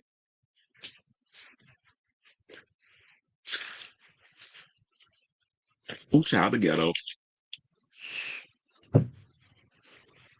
Okay. She look crazy tweeting these essays. the funny enough, I remember when Robert first sent me this stuff, he was like, what the hell is she talking about? She look crazy tweeting these essays on Twitter. She needs a diary or a friend to talk to about these things. What are the Barbs supposed to do? That's another thing too. It's like, you putting this stuff out here, what are the Barbs going to do? They can't help you at the end of the day. They can't help get your music released. I mean, the only way you're going to have to get your music released is if you decide to be releasing your contracts. You buy your way out like Taylor Swift did, and you go independent. It's like, you know what? I'm just going to put out my music, and the Barb's got my back. I would just have to do a distribution deal. I could still do my little tour. I can still tour or whatever, make that money back. They call it a day. I could say a similar deal to like with Megan Thee Stallion guy. If you could do something like that, then it's like, you putting all this stuff out. I do agree with you. It's like, what can the Barbs do? Like, they don't understand how the industry works. They can't help you get out of your situation with Jay-Z or fight for you to, whatever issues you got going on with Jay. So it's like, what can they do? So it's good that you've been vindicated, but it is like what you said. What are the Barbs supposed to do with this information? A James Dean movie about his relationship with a male lover is being made. I thought we talked about this before, but I was like, did it not come out? Did it not happen? Speaking of which, somebody mentioned on the show, and I think I read it wrong. I did read it wrong. When they were saying that something about I read it as Elvira, but child, when I went back, they said Elvis. I was like, when was Elvis ever in a same-sex relationship? Did I glance over that, or did I not? I'm like, how have I not heard that story? And child, look, if y'all gonna do something with Elvis in a relationship with a same-sex person, y'all need to get Austin Butler to come back and do that scene. But he said she was talking about releasing a remix she did to Single Ladies that never got released on streaming, but I guess that's never. Well, yeah, now that you've been talking what you're talking, Jay-Z definitely gonna make sure that don't come out. Okay, y'all. So now let's move on. Let's talk about Nicki's bestie, Cardi B. So y'all already know Cardi announced yesterday that she got a new album coming out called Am I the Drama? And I totally forgot, but I think it was mentioned on the show. It was like, wait a minute, I know I heard that line somewhere before. So apparently it's from my New York City queen, Scarlet Envy, who has done 2 seasons of Drag Race. She was on All Stars, and then she did a regular season before too. I forget what season she was on. Was it season 9? Y'all can let me know in the chat. I forgot what season she was on. Or maybe it's in a damn article. So yeah, of course, because the Drag Race girls and a lot of the drag fans immediately jumped on social media and they were like, this sounds familiar, this album title. Then it was something else a friend of mine sent me. Hold on, because now I gotta look it up.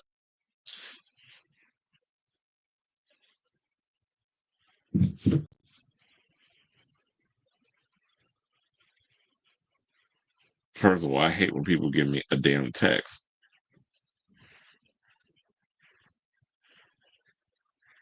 Okay, so hold on. Where is it? Oh, so it's this story. Let me see. So I know y'all can hear it.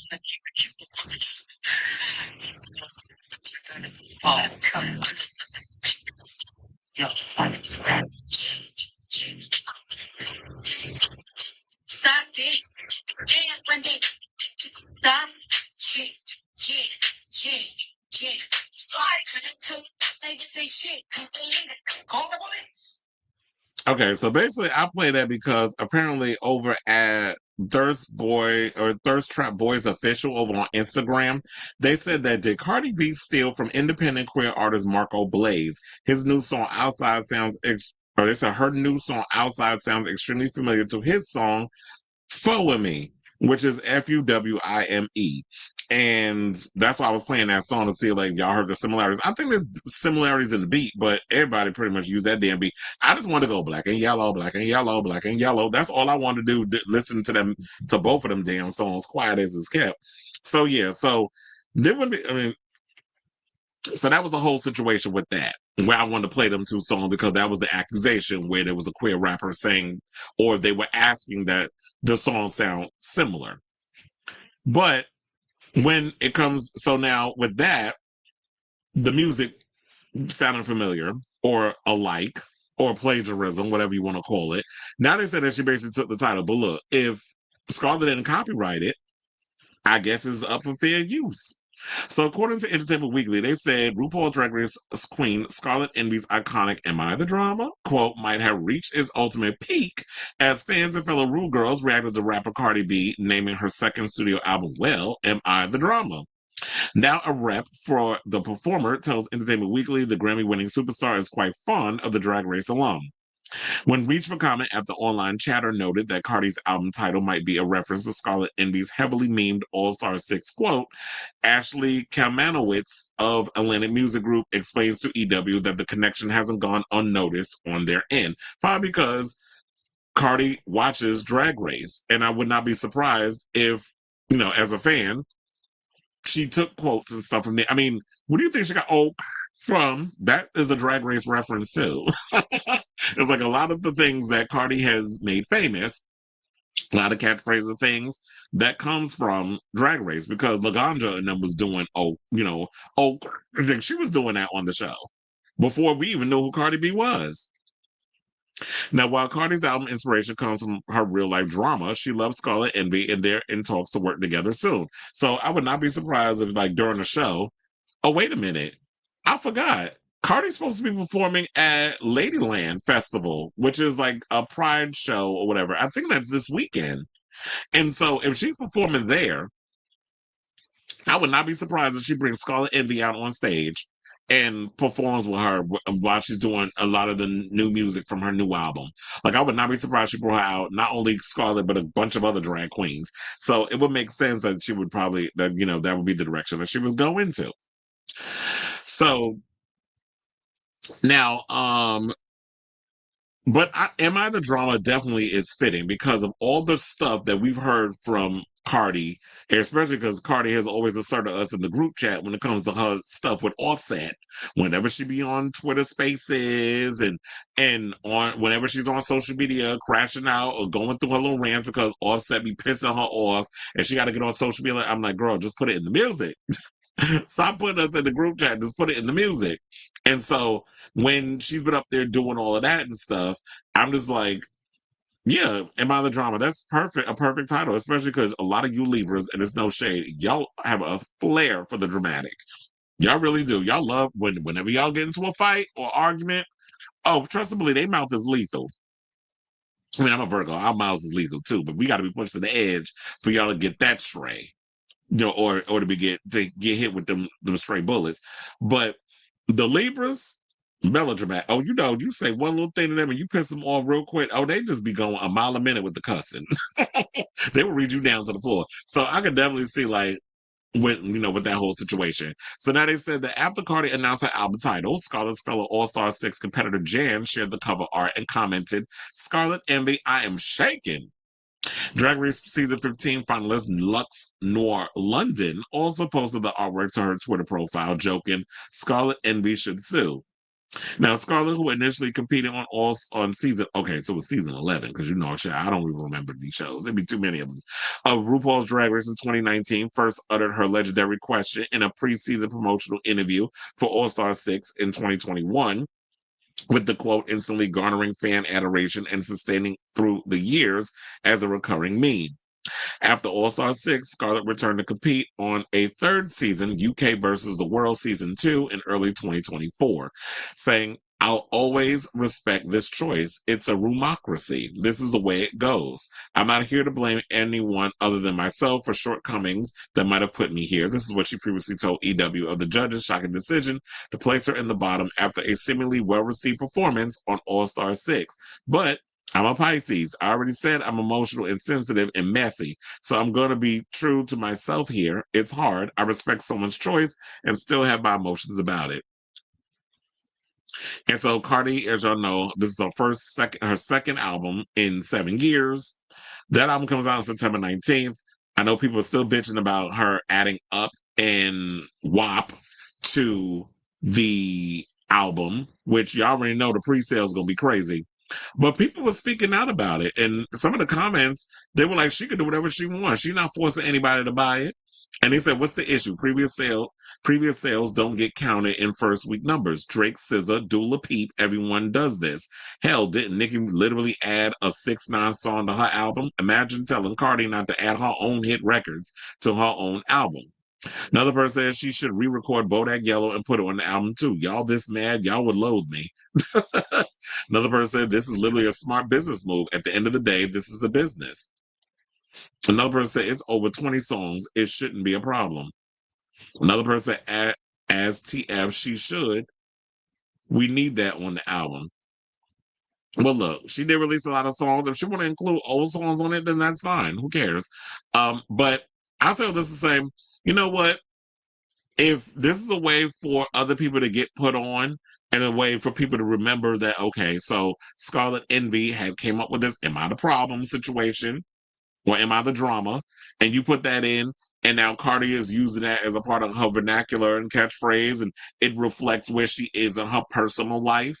I do hope that we do get some really good songs where it's just like, you really giving us the things that we didn't know that was already in the group chat that we were put in that we didn't need to know about, the Twitter Spaces, all that mess. So I'm excited for the new album. Although, well, to be honest, I'm of two minds.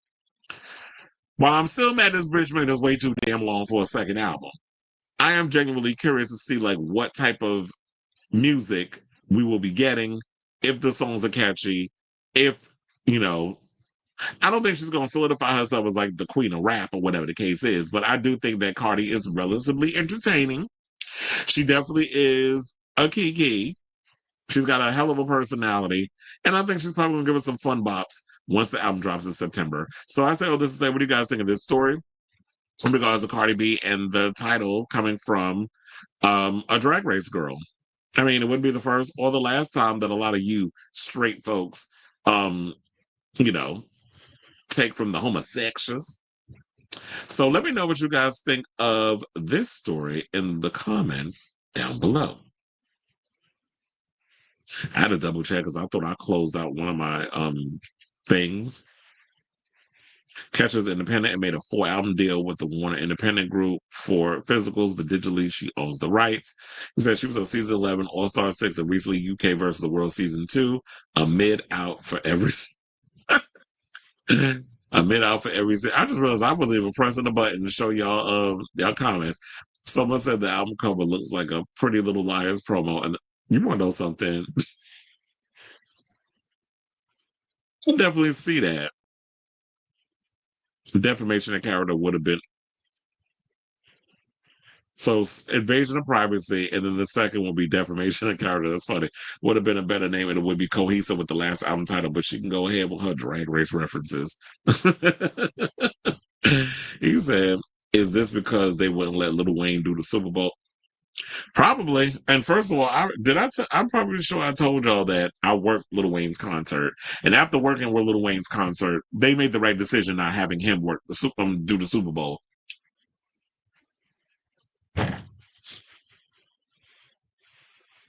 How much you miss, child? A lot. Miss a moment, miss a lot. How many more topics we got? We got 3 more topics and the show is over. So you missed a lot.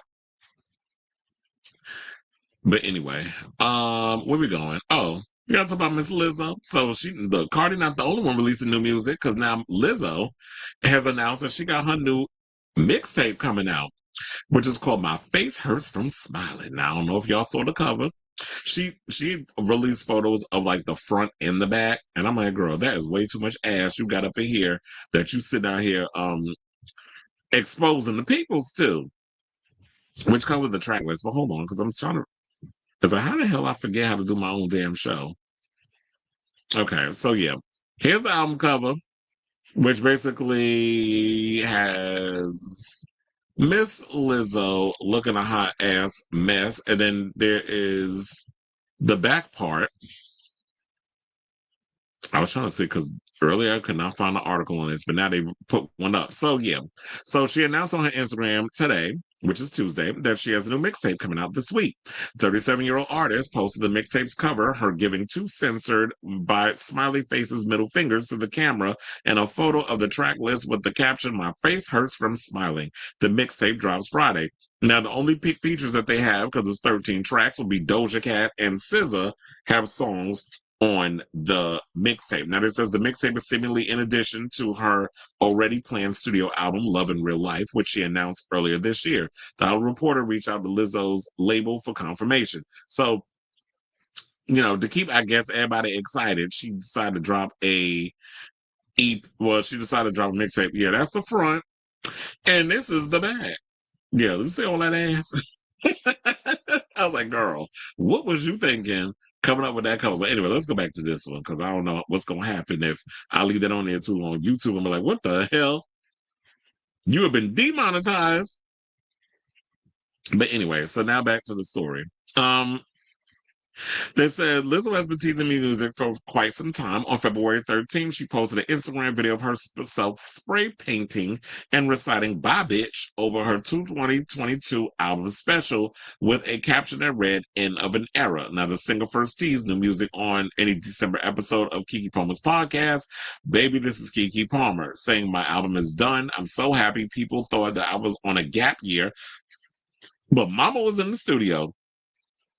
So I guess at this point, she just got a lot of music coming out. Now, she also addressed the lawsuit filed by her and some of her against her by her tour dancers who alleged they were harassed and victims of a hostile workplace environment, saying, "I was literally living in my dream, and then the tour ended, and then 3 ex-dancers just completely like blindsided me with a lawsuit." saying, quote, "You can ask me anything about it because I got dismissed from the case. We're continuing to fight the other claims until they're all dismissed, not dropped, but dismissed," saying it was a big victory. So that's the latest on that. But the question remains, and this is no shade, do y'all care about a new Lizzo album? Like, to be honest, when I lived in LA, it was when I got subjected to Lizzo. That was about maybe 4 years ago. So that's when I got put on Lizzo's music. I was never really into her like that, but I was like, she had some cute little songs where she had a little bop here and there, but I was never really like excited for her and all that other stuff. But yeah, she has this EP coming out, and what does the song say? So it's Fresh Out Yitty on Your Titty, which is a freestyle. Just for fun, I gotta sit here and read her cheek. I think it's her, what is it, her right cheek. Still Can't Fuh, featuring Doja Cat. New Mistakes, Bend It Over, Left Right, Dropping on It, Summer Shit, IRL, which of course is in real life, featuring SZA, Cut 'Em Off, and Ditto. Well, I'm starting to think, because based off them titles, I feel like she's probably going to go more into a hip-hop era, so I could definitely feel that. And you know that Lizzo is a rapper. Like, she rapped, but she more or less became famous for her singing and stuff. But she was always a rap type girl. So if she's gonna come in and do whatever it is she's doing with her music, I guess out of curiosity, I'll check it out. But she ain't never been somebody that moved the needle for me. Quiet as it's kept. Now, some of the people in the comments said Lizzo kind of been going hard lately. Vibe magazine seemed to be excited for it. Another person said because she is a rapper too. Another person said Doja Cat and SZA, how much did you cook in this mixtape? Essence said, when we needed our new favorite summer bop, Lizzo came to the rescue. And then we have another person who said, OMG, Doja Cat and my SZA. Another person said, that's one hell of a track list. Another person said, 2 projects, 1 year, 2 genres. She's working, she's versatile. Yeti says, mixtape of the summer. Flawless Re, I don't know who that is, said we need a collab. Atlantic Records is excited. And so it looks like, okay, maybe I'm the only one that don't really care. But like I said, out of curiosity, I'll check it out. I'm definitely curious. I mean, it seems like people have pretty much moved on from the accusations against Lizzo, you know, with the harassment and all the other stuff. That's something she got to work on in her personal life. But if you're out here delivering bops, because to be honest, we don't have any summer bops right now. So if she's out here being the only one that could deliver the bops, who are we to judge, right? So I say all this to say, what do you guys think of this story? Are you excited for some new Lizzo music? If you are, let me know in the comments down below. If you're not, still, let me know in the comments down below.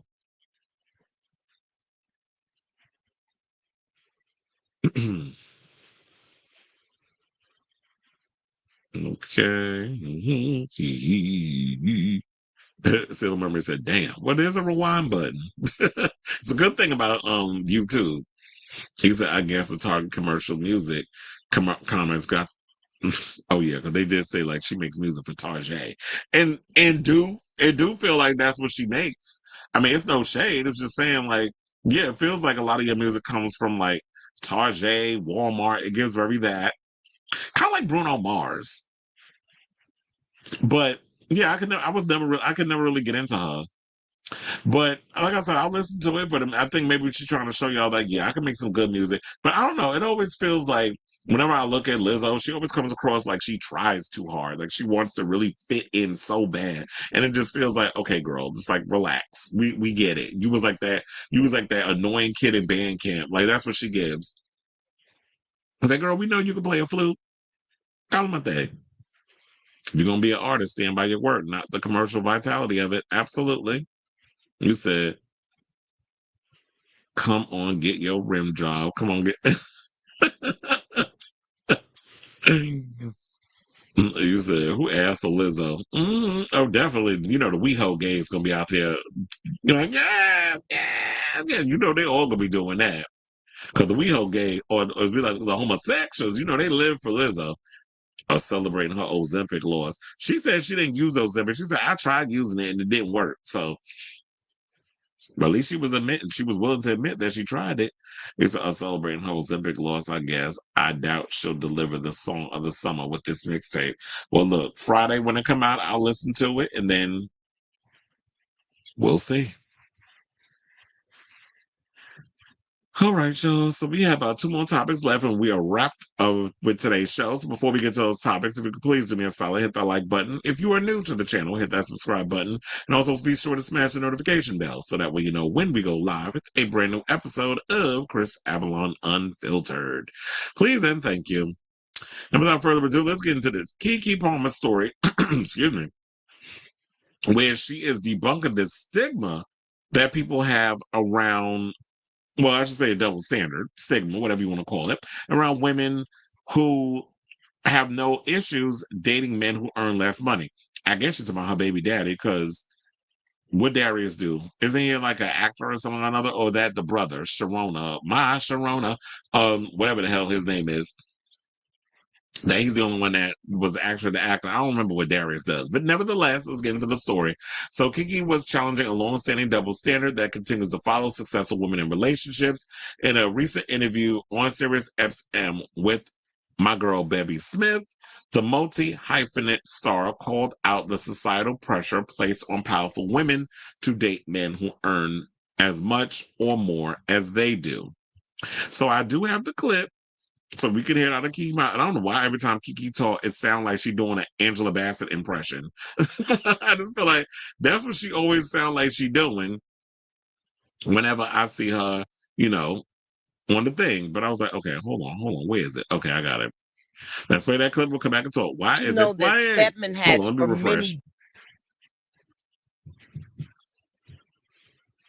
Finds his woman under a bridge. No, I live for Stedman, but you know that Stedman has for many decades been the butt of jokes. Yeah, because of gender rules. Yes. People feel like because she's Oprah Winfrey, who did y'all want her to be with, Barack Obama? That doesn't make sense, guys. I mean, I feel like that's the weird thing about powerful women, what we're left with.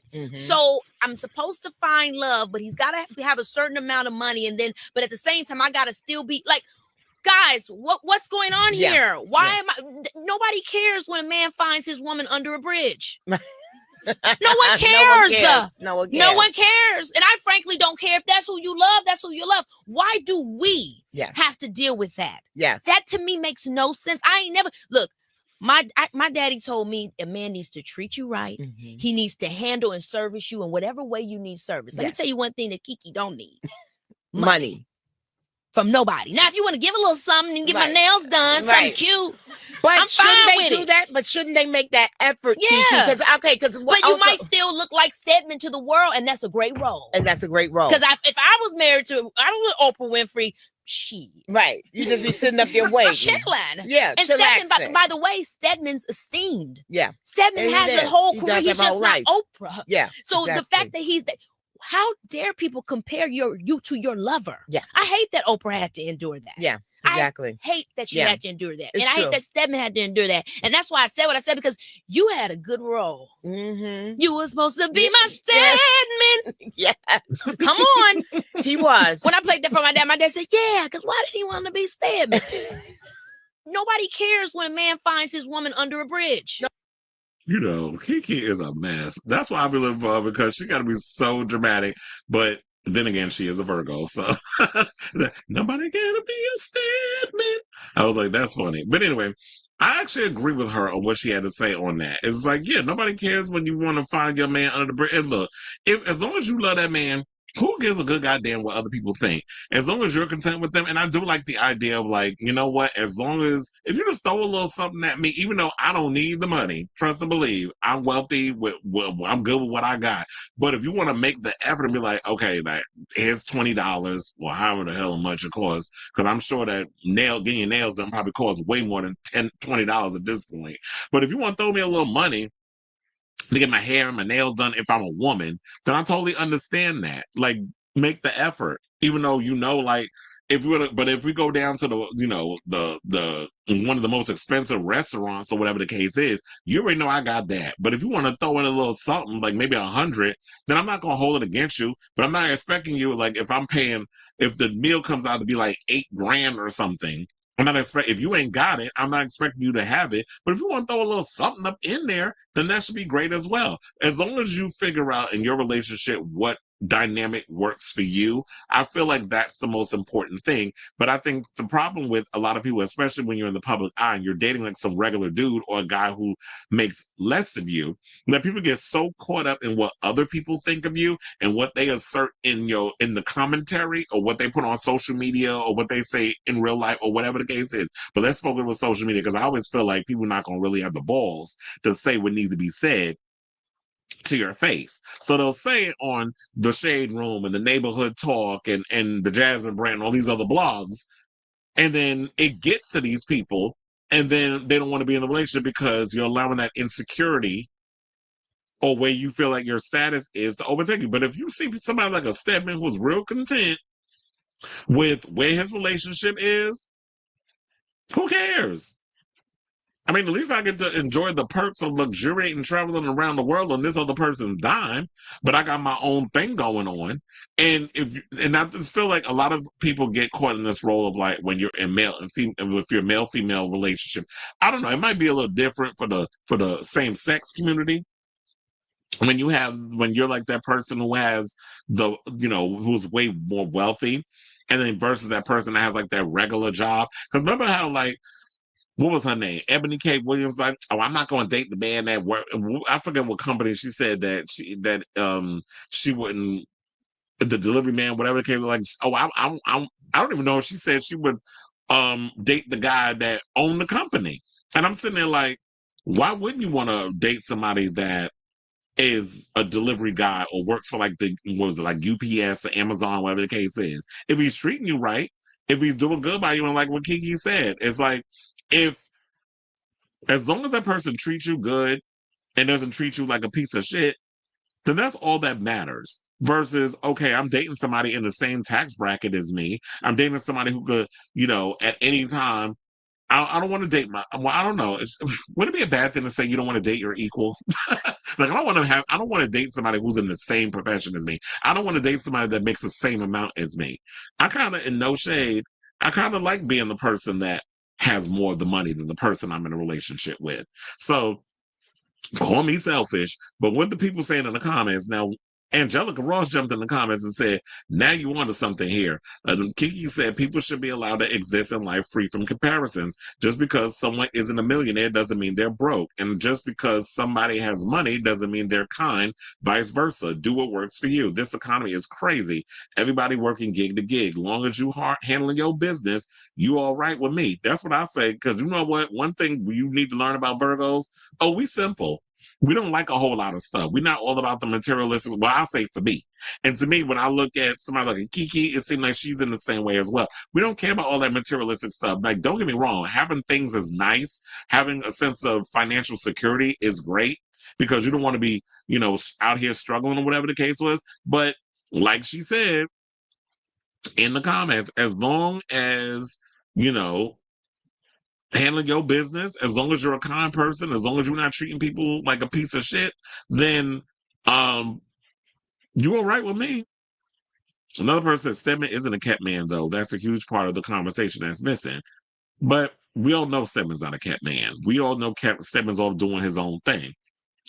And they said that she's 100% right. When Tiger Woods marries a nanny, no one thinks twice. But when Candy Burris marries a producer, all of a sudden he's beneath her and after her money. Well, that's her damn mama fault. But then again, Candy don't check her damn mother. And Joyce, where your man at? Because you sitting there worrying about Candy and her man treating her like crap, which so far he has not. And they've been together a long time.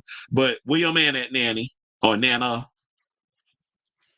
And you said, yeah, they said, mind you, it's usually broke people with the most to say.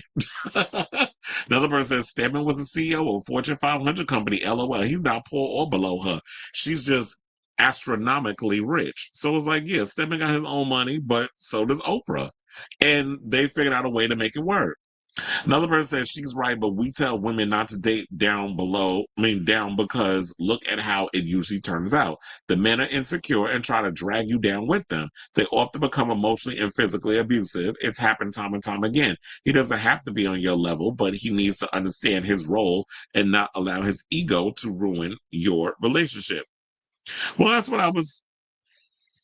what I'm saying, basically, is that it has to be between what works for you, and you have to be able to find a man that is deeply secure enough with himself that he doesn't allow a lot of the noise on the outside to dictate and determine your relationship, because that happens oftentimes, that people will allow the outside noise to intervene with what's going on with the personal life. Then we have, so I want to read a couple more that we could wrap this up. So one woman said, I'm a woman that makes 6 figures. I've dated men that make more than me and men who make less. And they all come with their own set of problems. Just find one that love and respect you regardless of his income. And I realize, and I agree with that. So yeah, this will be the last one, because I was like, should I land it there? Because that one I felt like was good enough, but let me just read this one to be done. So they said, the crazy thing about it, most women who aren't hearing her point in the vein of being a city girl will always be a city girl and never a wife, and that's okay if that's their prerogative. But listen, she's not saying date broke. She's saying if you're just so lucky to make millions and only 0.0022% of people make millions, you might have a better chance of dating a tech guy making $250K than you will another millionaire, and that's okay. Only gender roles will lead y'all to believe that a man ain't good enough even with his $250K just because the woman had millions. Now you're single because the few millionaires that exist not even a real match. She's saying be realistic, but y'all prefer to be clueless. And so at the end of the day, I feel like, you know what, Keke made great points. And people are going to feel how they feel in the whole situation. And I just feel like, you know what, relationships are complicated. And like I said, at the end of the day, if you find somebody who, you know what, if they make less of you, but they treat you good and they're not out here rolling insecure and all this other stuff, then hold on to that person. Because didn't Betty Wright say a piece of man is better than no man at all? Well, no, don't listen to Betty Wright, because, child, y'all be ended up with the wrong damn man. And then you end up in a horrible situation. So don't listen to Betty Wright, like I said. So, I say all this to say, what do you guys think of this story? Do you agree with what Keke had to say regarding, you know, dating men who earn less than you? So I definitely want to hear from y'all. Let me know what your thoughts are on this story in the comments down below.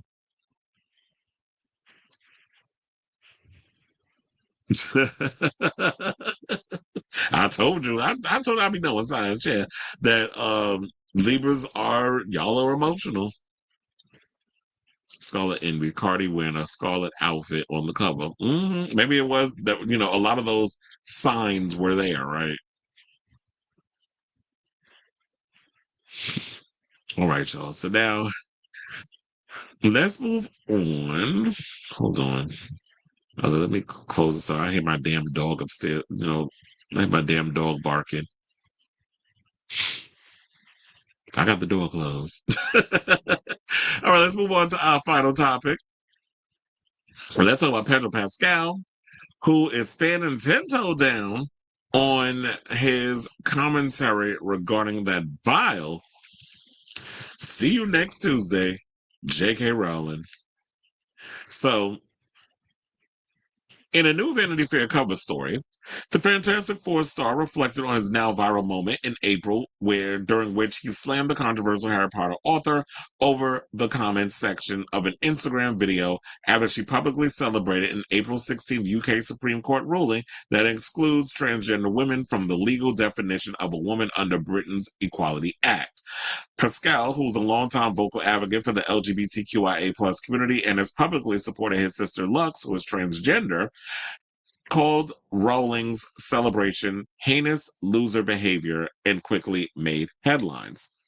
Pascal told the outlet he briefly felt that like that kid that got sent to the principal's office a lot for behavioral issues in public schools in Texas, feeling scared and thinking, what I do, as the comment began making the rounds on social media.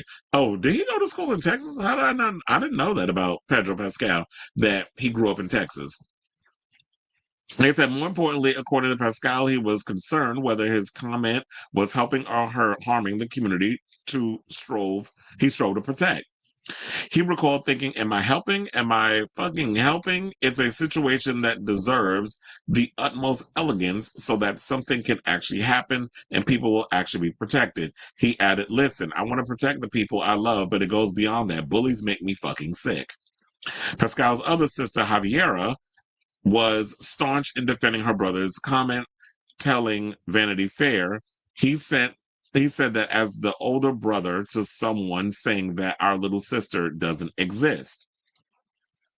Now, The Last of Us actor took things a step further by wearing a Protect the Dolls t-shirt at the Thunderbolts premiere in London on April 22nd, a gesture of support for the trans community. Now, before I move on with this article, I feel like, you know what, sir, you were helping. I feel like a lot of times, we have our regular queer art, fan artists, whatever you want to call it, queer celebrities who come out and have been going against what JK's bitter ass has been saying. I just don't understand how somebody with so much money, so much success is out here being so bitter and worrying about feeling like women's reproductive rights and stuff is at stake because trans people want to make space for themselves and just want to exist. It's like, girl, you need to be worrying about other things, but I guess at your age, since you can't produce children and them eggs is probably powdered, and you probably ain't had a period since the first Harry Potter came out.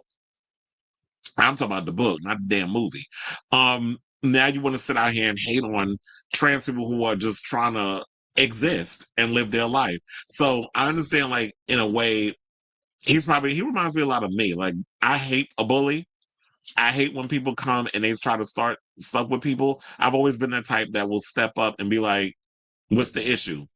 Why are you, I don't understand, like, the negative and all this other shit. Like, I've always been one of those people that kind of steps in. One of my friends said that you have, like, there's this thing about me that I have a very authoritative demeanor to myself. So it's just be like for instance, whenever I go to work and stuff, I won't even be in my uniform. I have my badge on and stuff, but I just be walking and people will literally come up to me and ask me questions. And it's just like, well, I make sure that I'll be having my stuff on and they still pick me out of a lineup.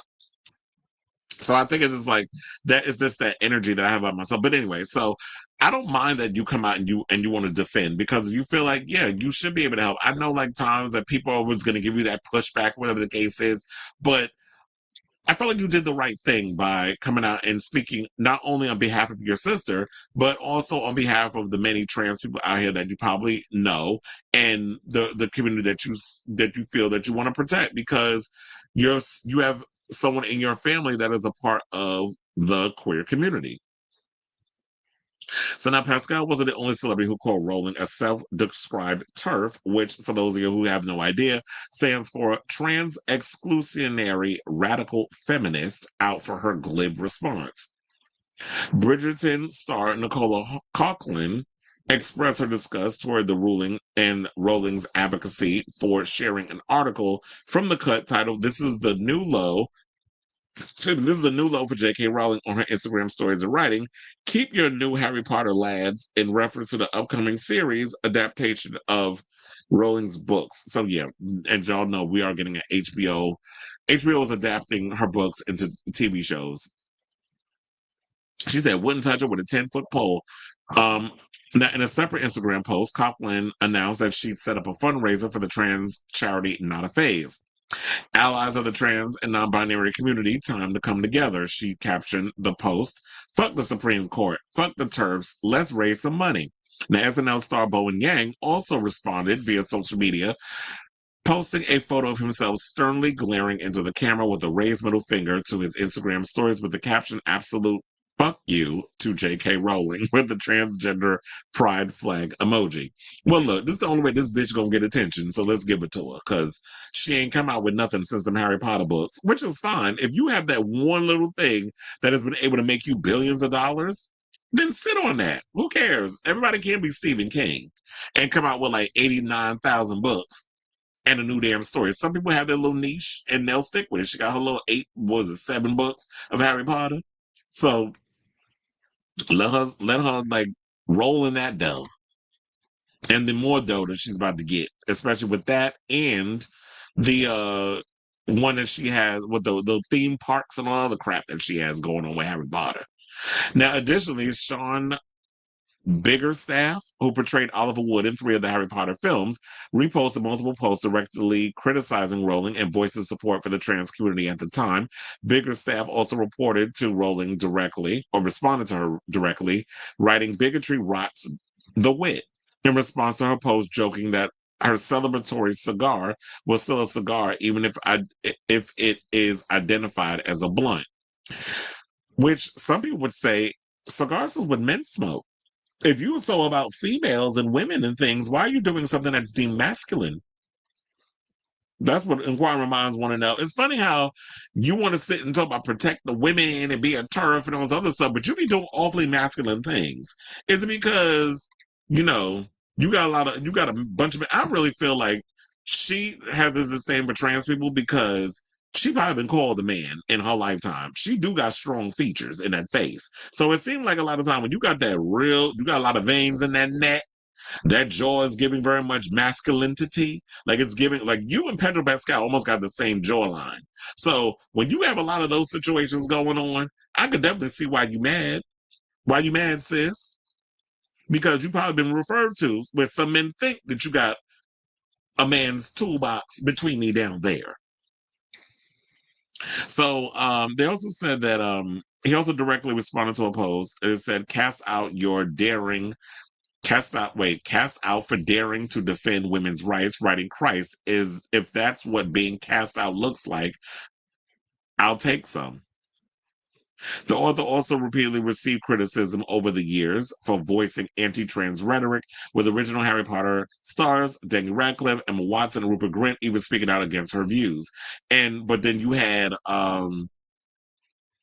Draco Malfoy, Tom Felton, I think is his name, who's about to play Draco Malfoy on Broadway. Broadway's rendition of Harry Potter he received backlash because he was trying to act like, well, I'm not aware of what's going on. I said, child, first of all, everybody got damn social media.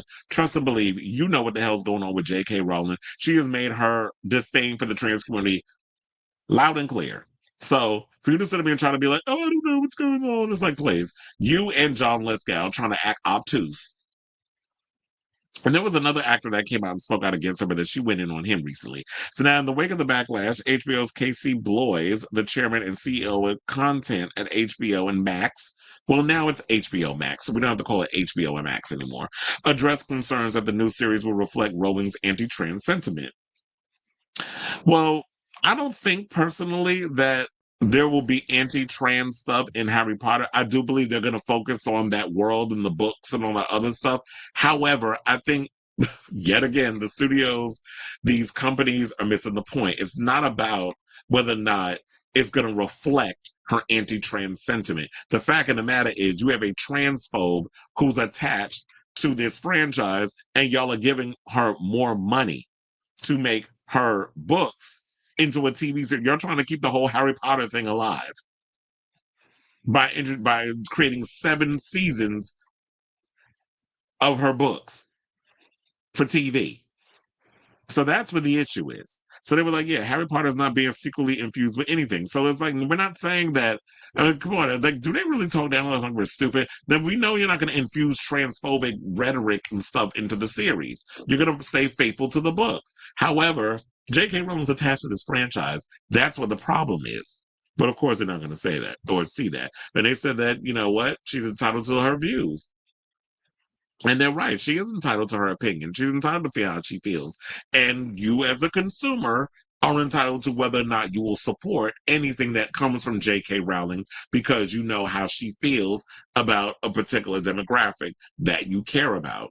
So that's all I got to say on that. So I definitely want to hear from y'all. What do you guys think of this story in regards to what Pedro Pascal saying? I'm not, I'm standing 10 toes down. What I had to say about J.K. Rowling is that I don't like a bully. And and you keep being, bullying marginalized communities, I'm going to call you out on it. So I love to hear from y'all what your thoughts are on this story. So let me know in the comments down below.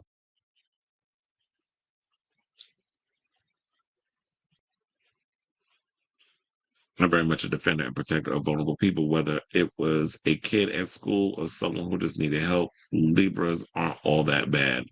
I know, aren't you a Libra? I'll be talking about the Libras that I be knowing.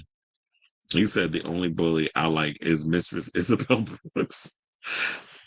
Just saw Last of Us. Funny enough, I didn't even finish Last of Us season 2 because I don't kind of like the direction they're going in. And now I already heard the spoiler for season 3.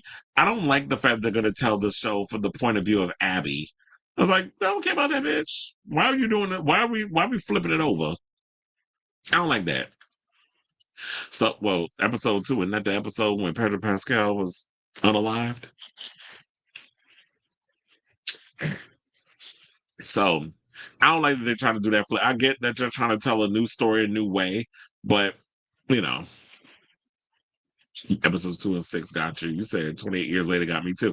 I'm like, did you like it? Because I did a review of it yesterday, on yesterday's show. I was gonna, I don't know, I got lazy, so I didn't feel like doing the edits and stuff. I just did the timestamps, and then I was like, whatever. I don't feel like working on the computer no more. So I do want to edit that and put it together, my 28 years later review, and do it as a separate little thing. But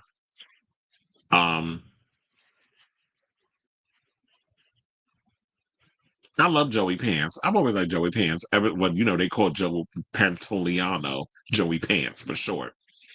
I always liked him ever since he was in Bound, of course, Cypher in the Matrix. Like, he's always done a lot of great things. There was another show that I forget. Damn, what was it that he was on? That he appeared, but yeah, it's always a good thing whenever you put when you bring him into shows, especially like The Last of Us. But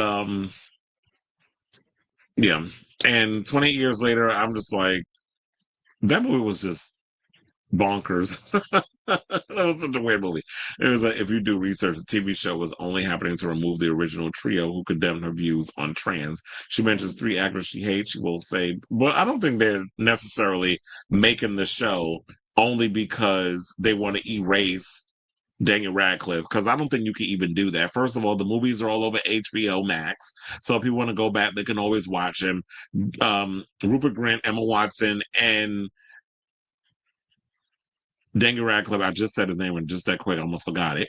They've been a pinnacle part of the franchise, and so they can never escape it. So if they're doing this for the erasure of it all, you're wasting your time and your money, because I don't think they'll be able to erase those 3 characters from the franchise. And it's kind of like people were getting mad because they felt like Hermione, they cast some biracial girl or someone who's racially ambiguous. And I'm like, who necessarily said that Hermione is a white girl? Just because you cast her in this movie doesn't necessarily mean that is basically the description of the character that J.K. Rowling has in the book.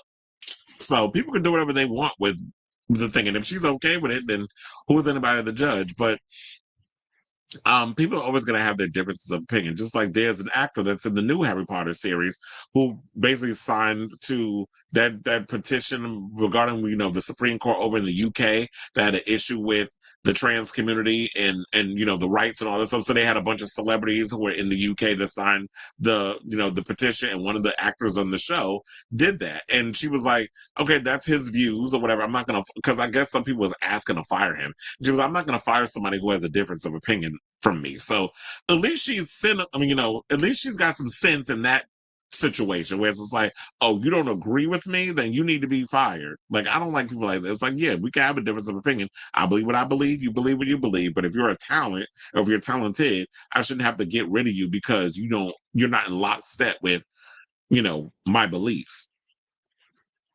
But we'll see if the show is good once it's done. They haven't even started filming yet.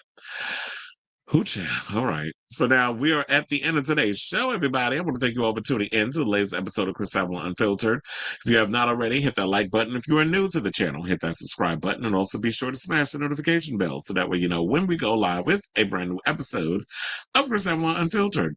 I'll be back on tomorrow with some more topics. Hopefully there's a lot of interesting topics to be had. There wasn't really a lot going on, but look, I told you I could make a show out of everything. I'm just glad I didn't have to do like 15, 16 topics. So maybe the amount of topics I came up was right for this particular episode. But anyway, we made it through. We made it to the end. I want to thank you all for tuning in. Thank you for continuously supporting this Bessie show and kicking with me in the comments. As I said before, I'll be back on tomorrow. Love you all for watching. And until next time, ciao, darlings.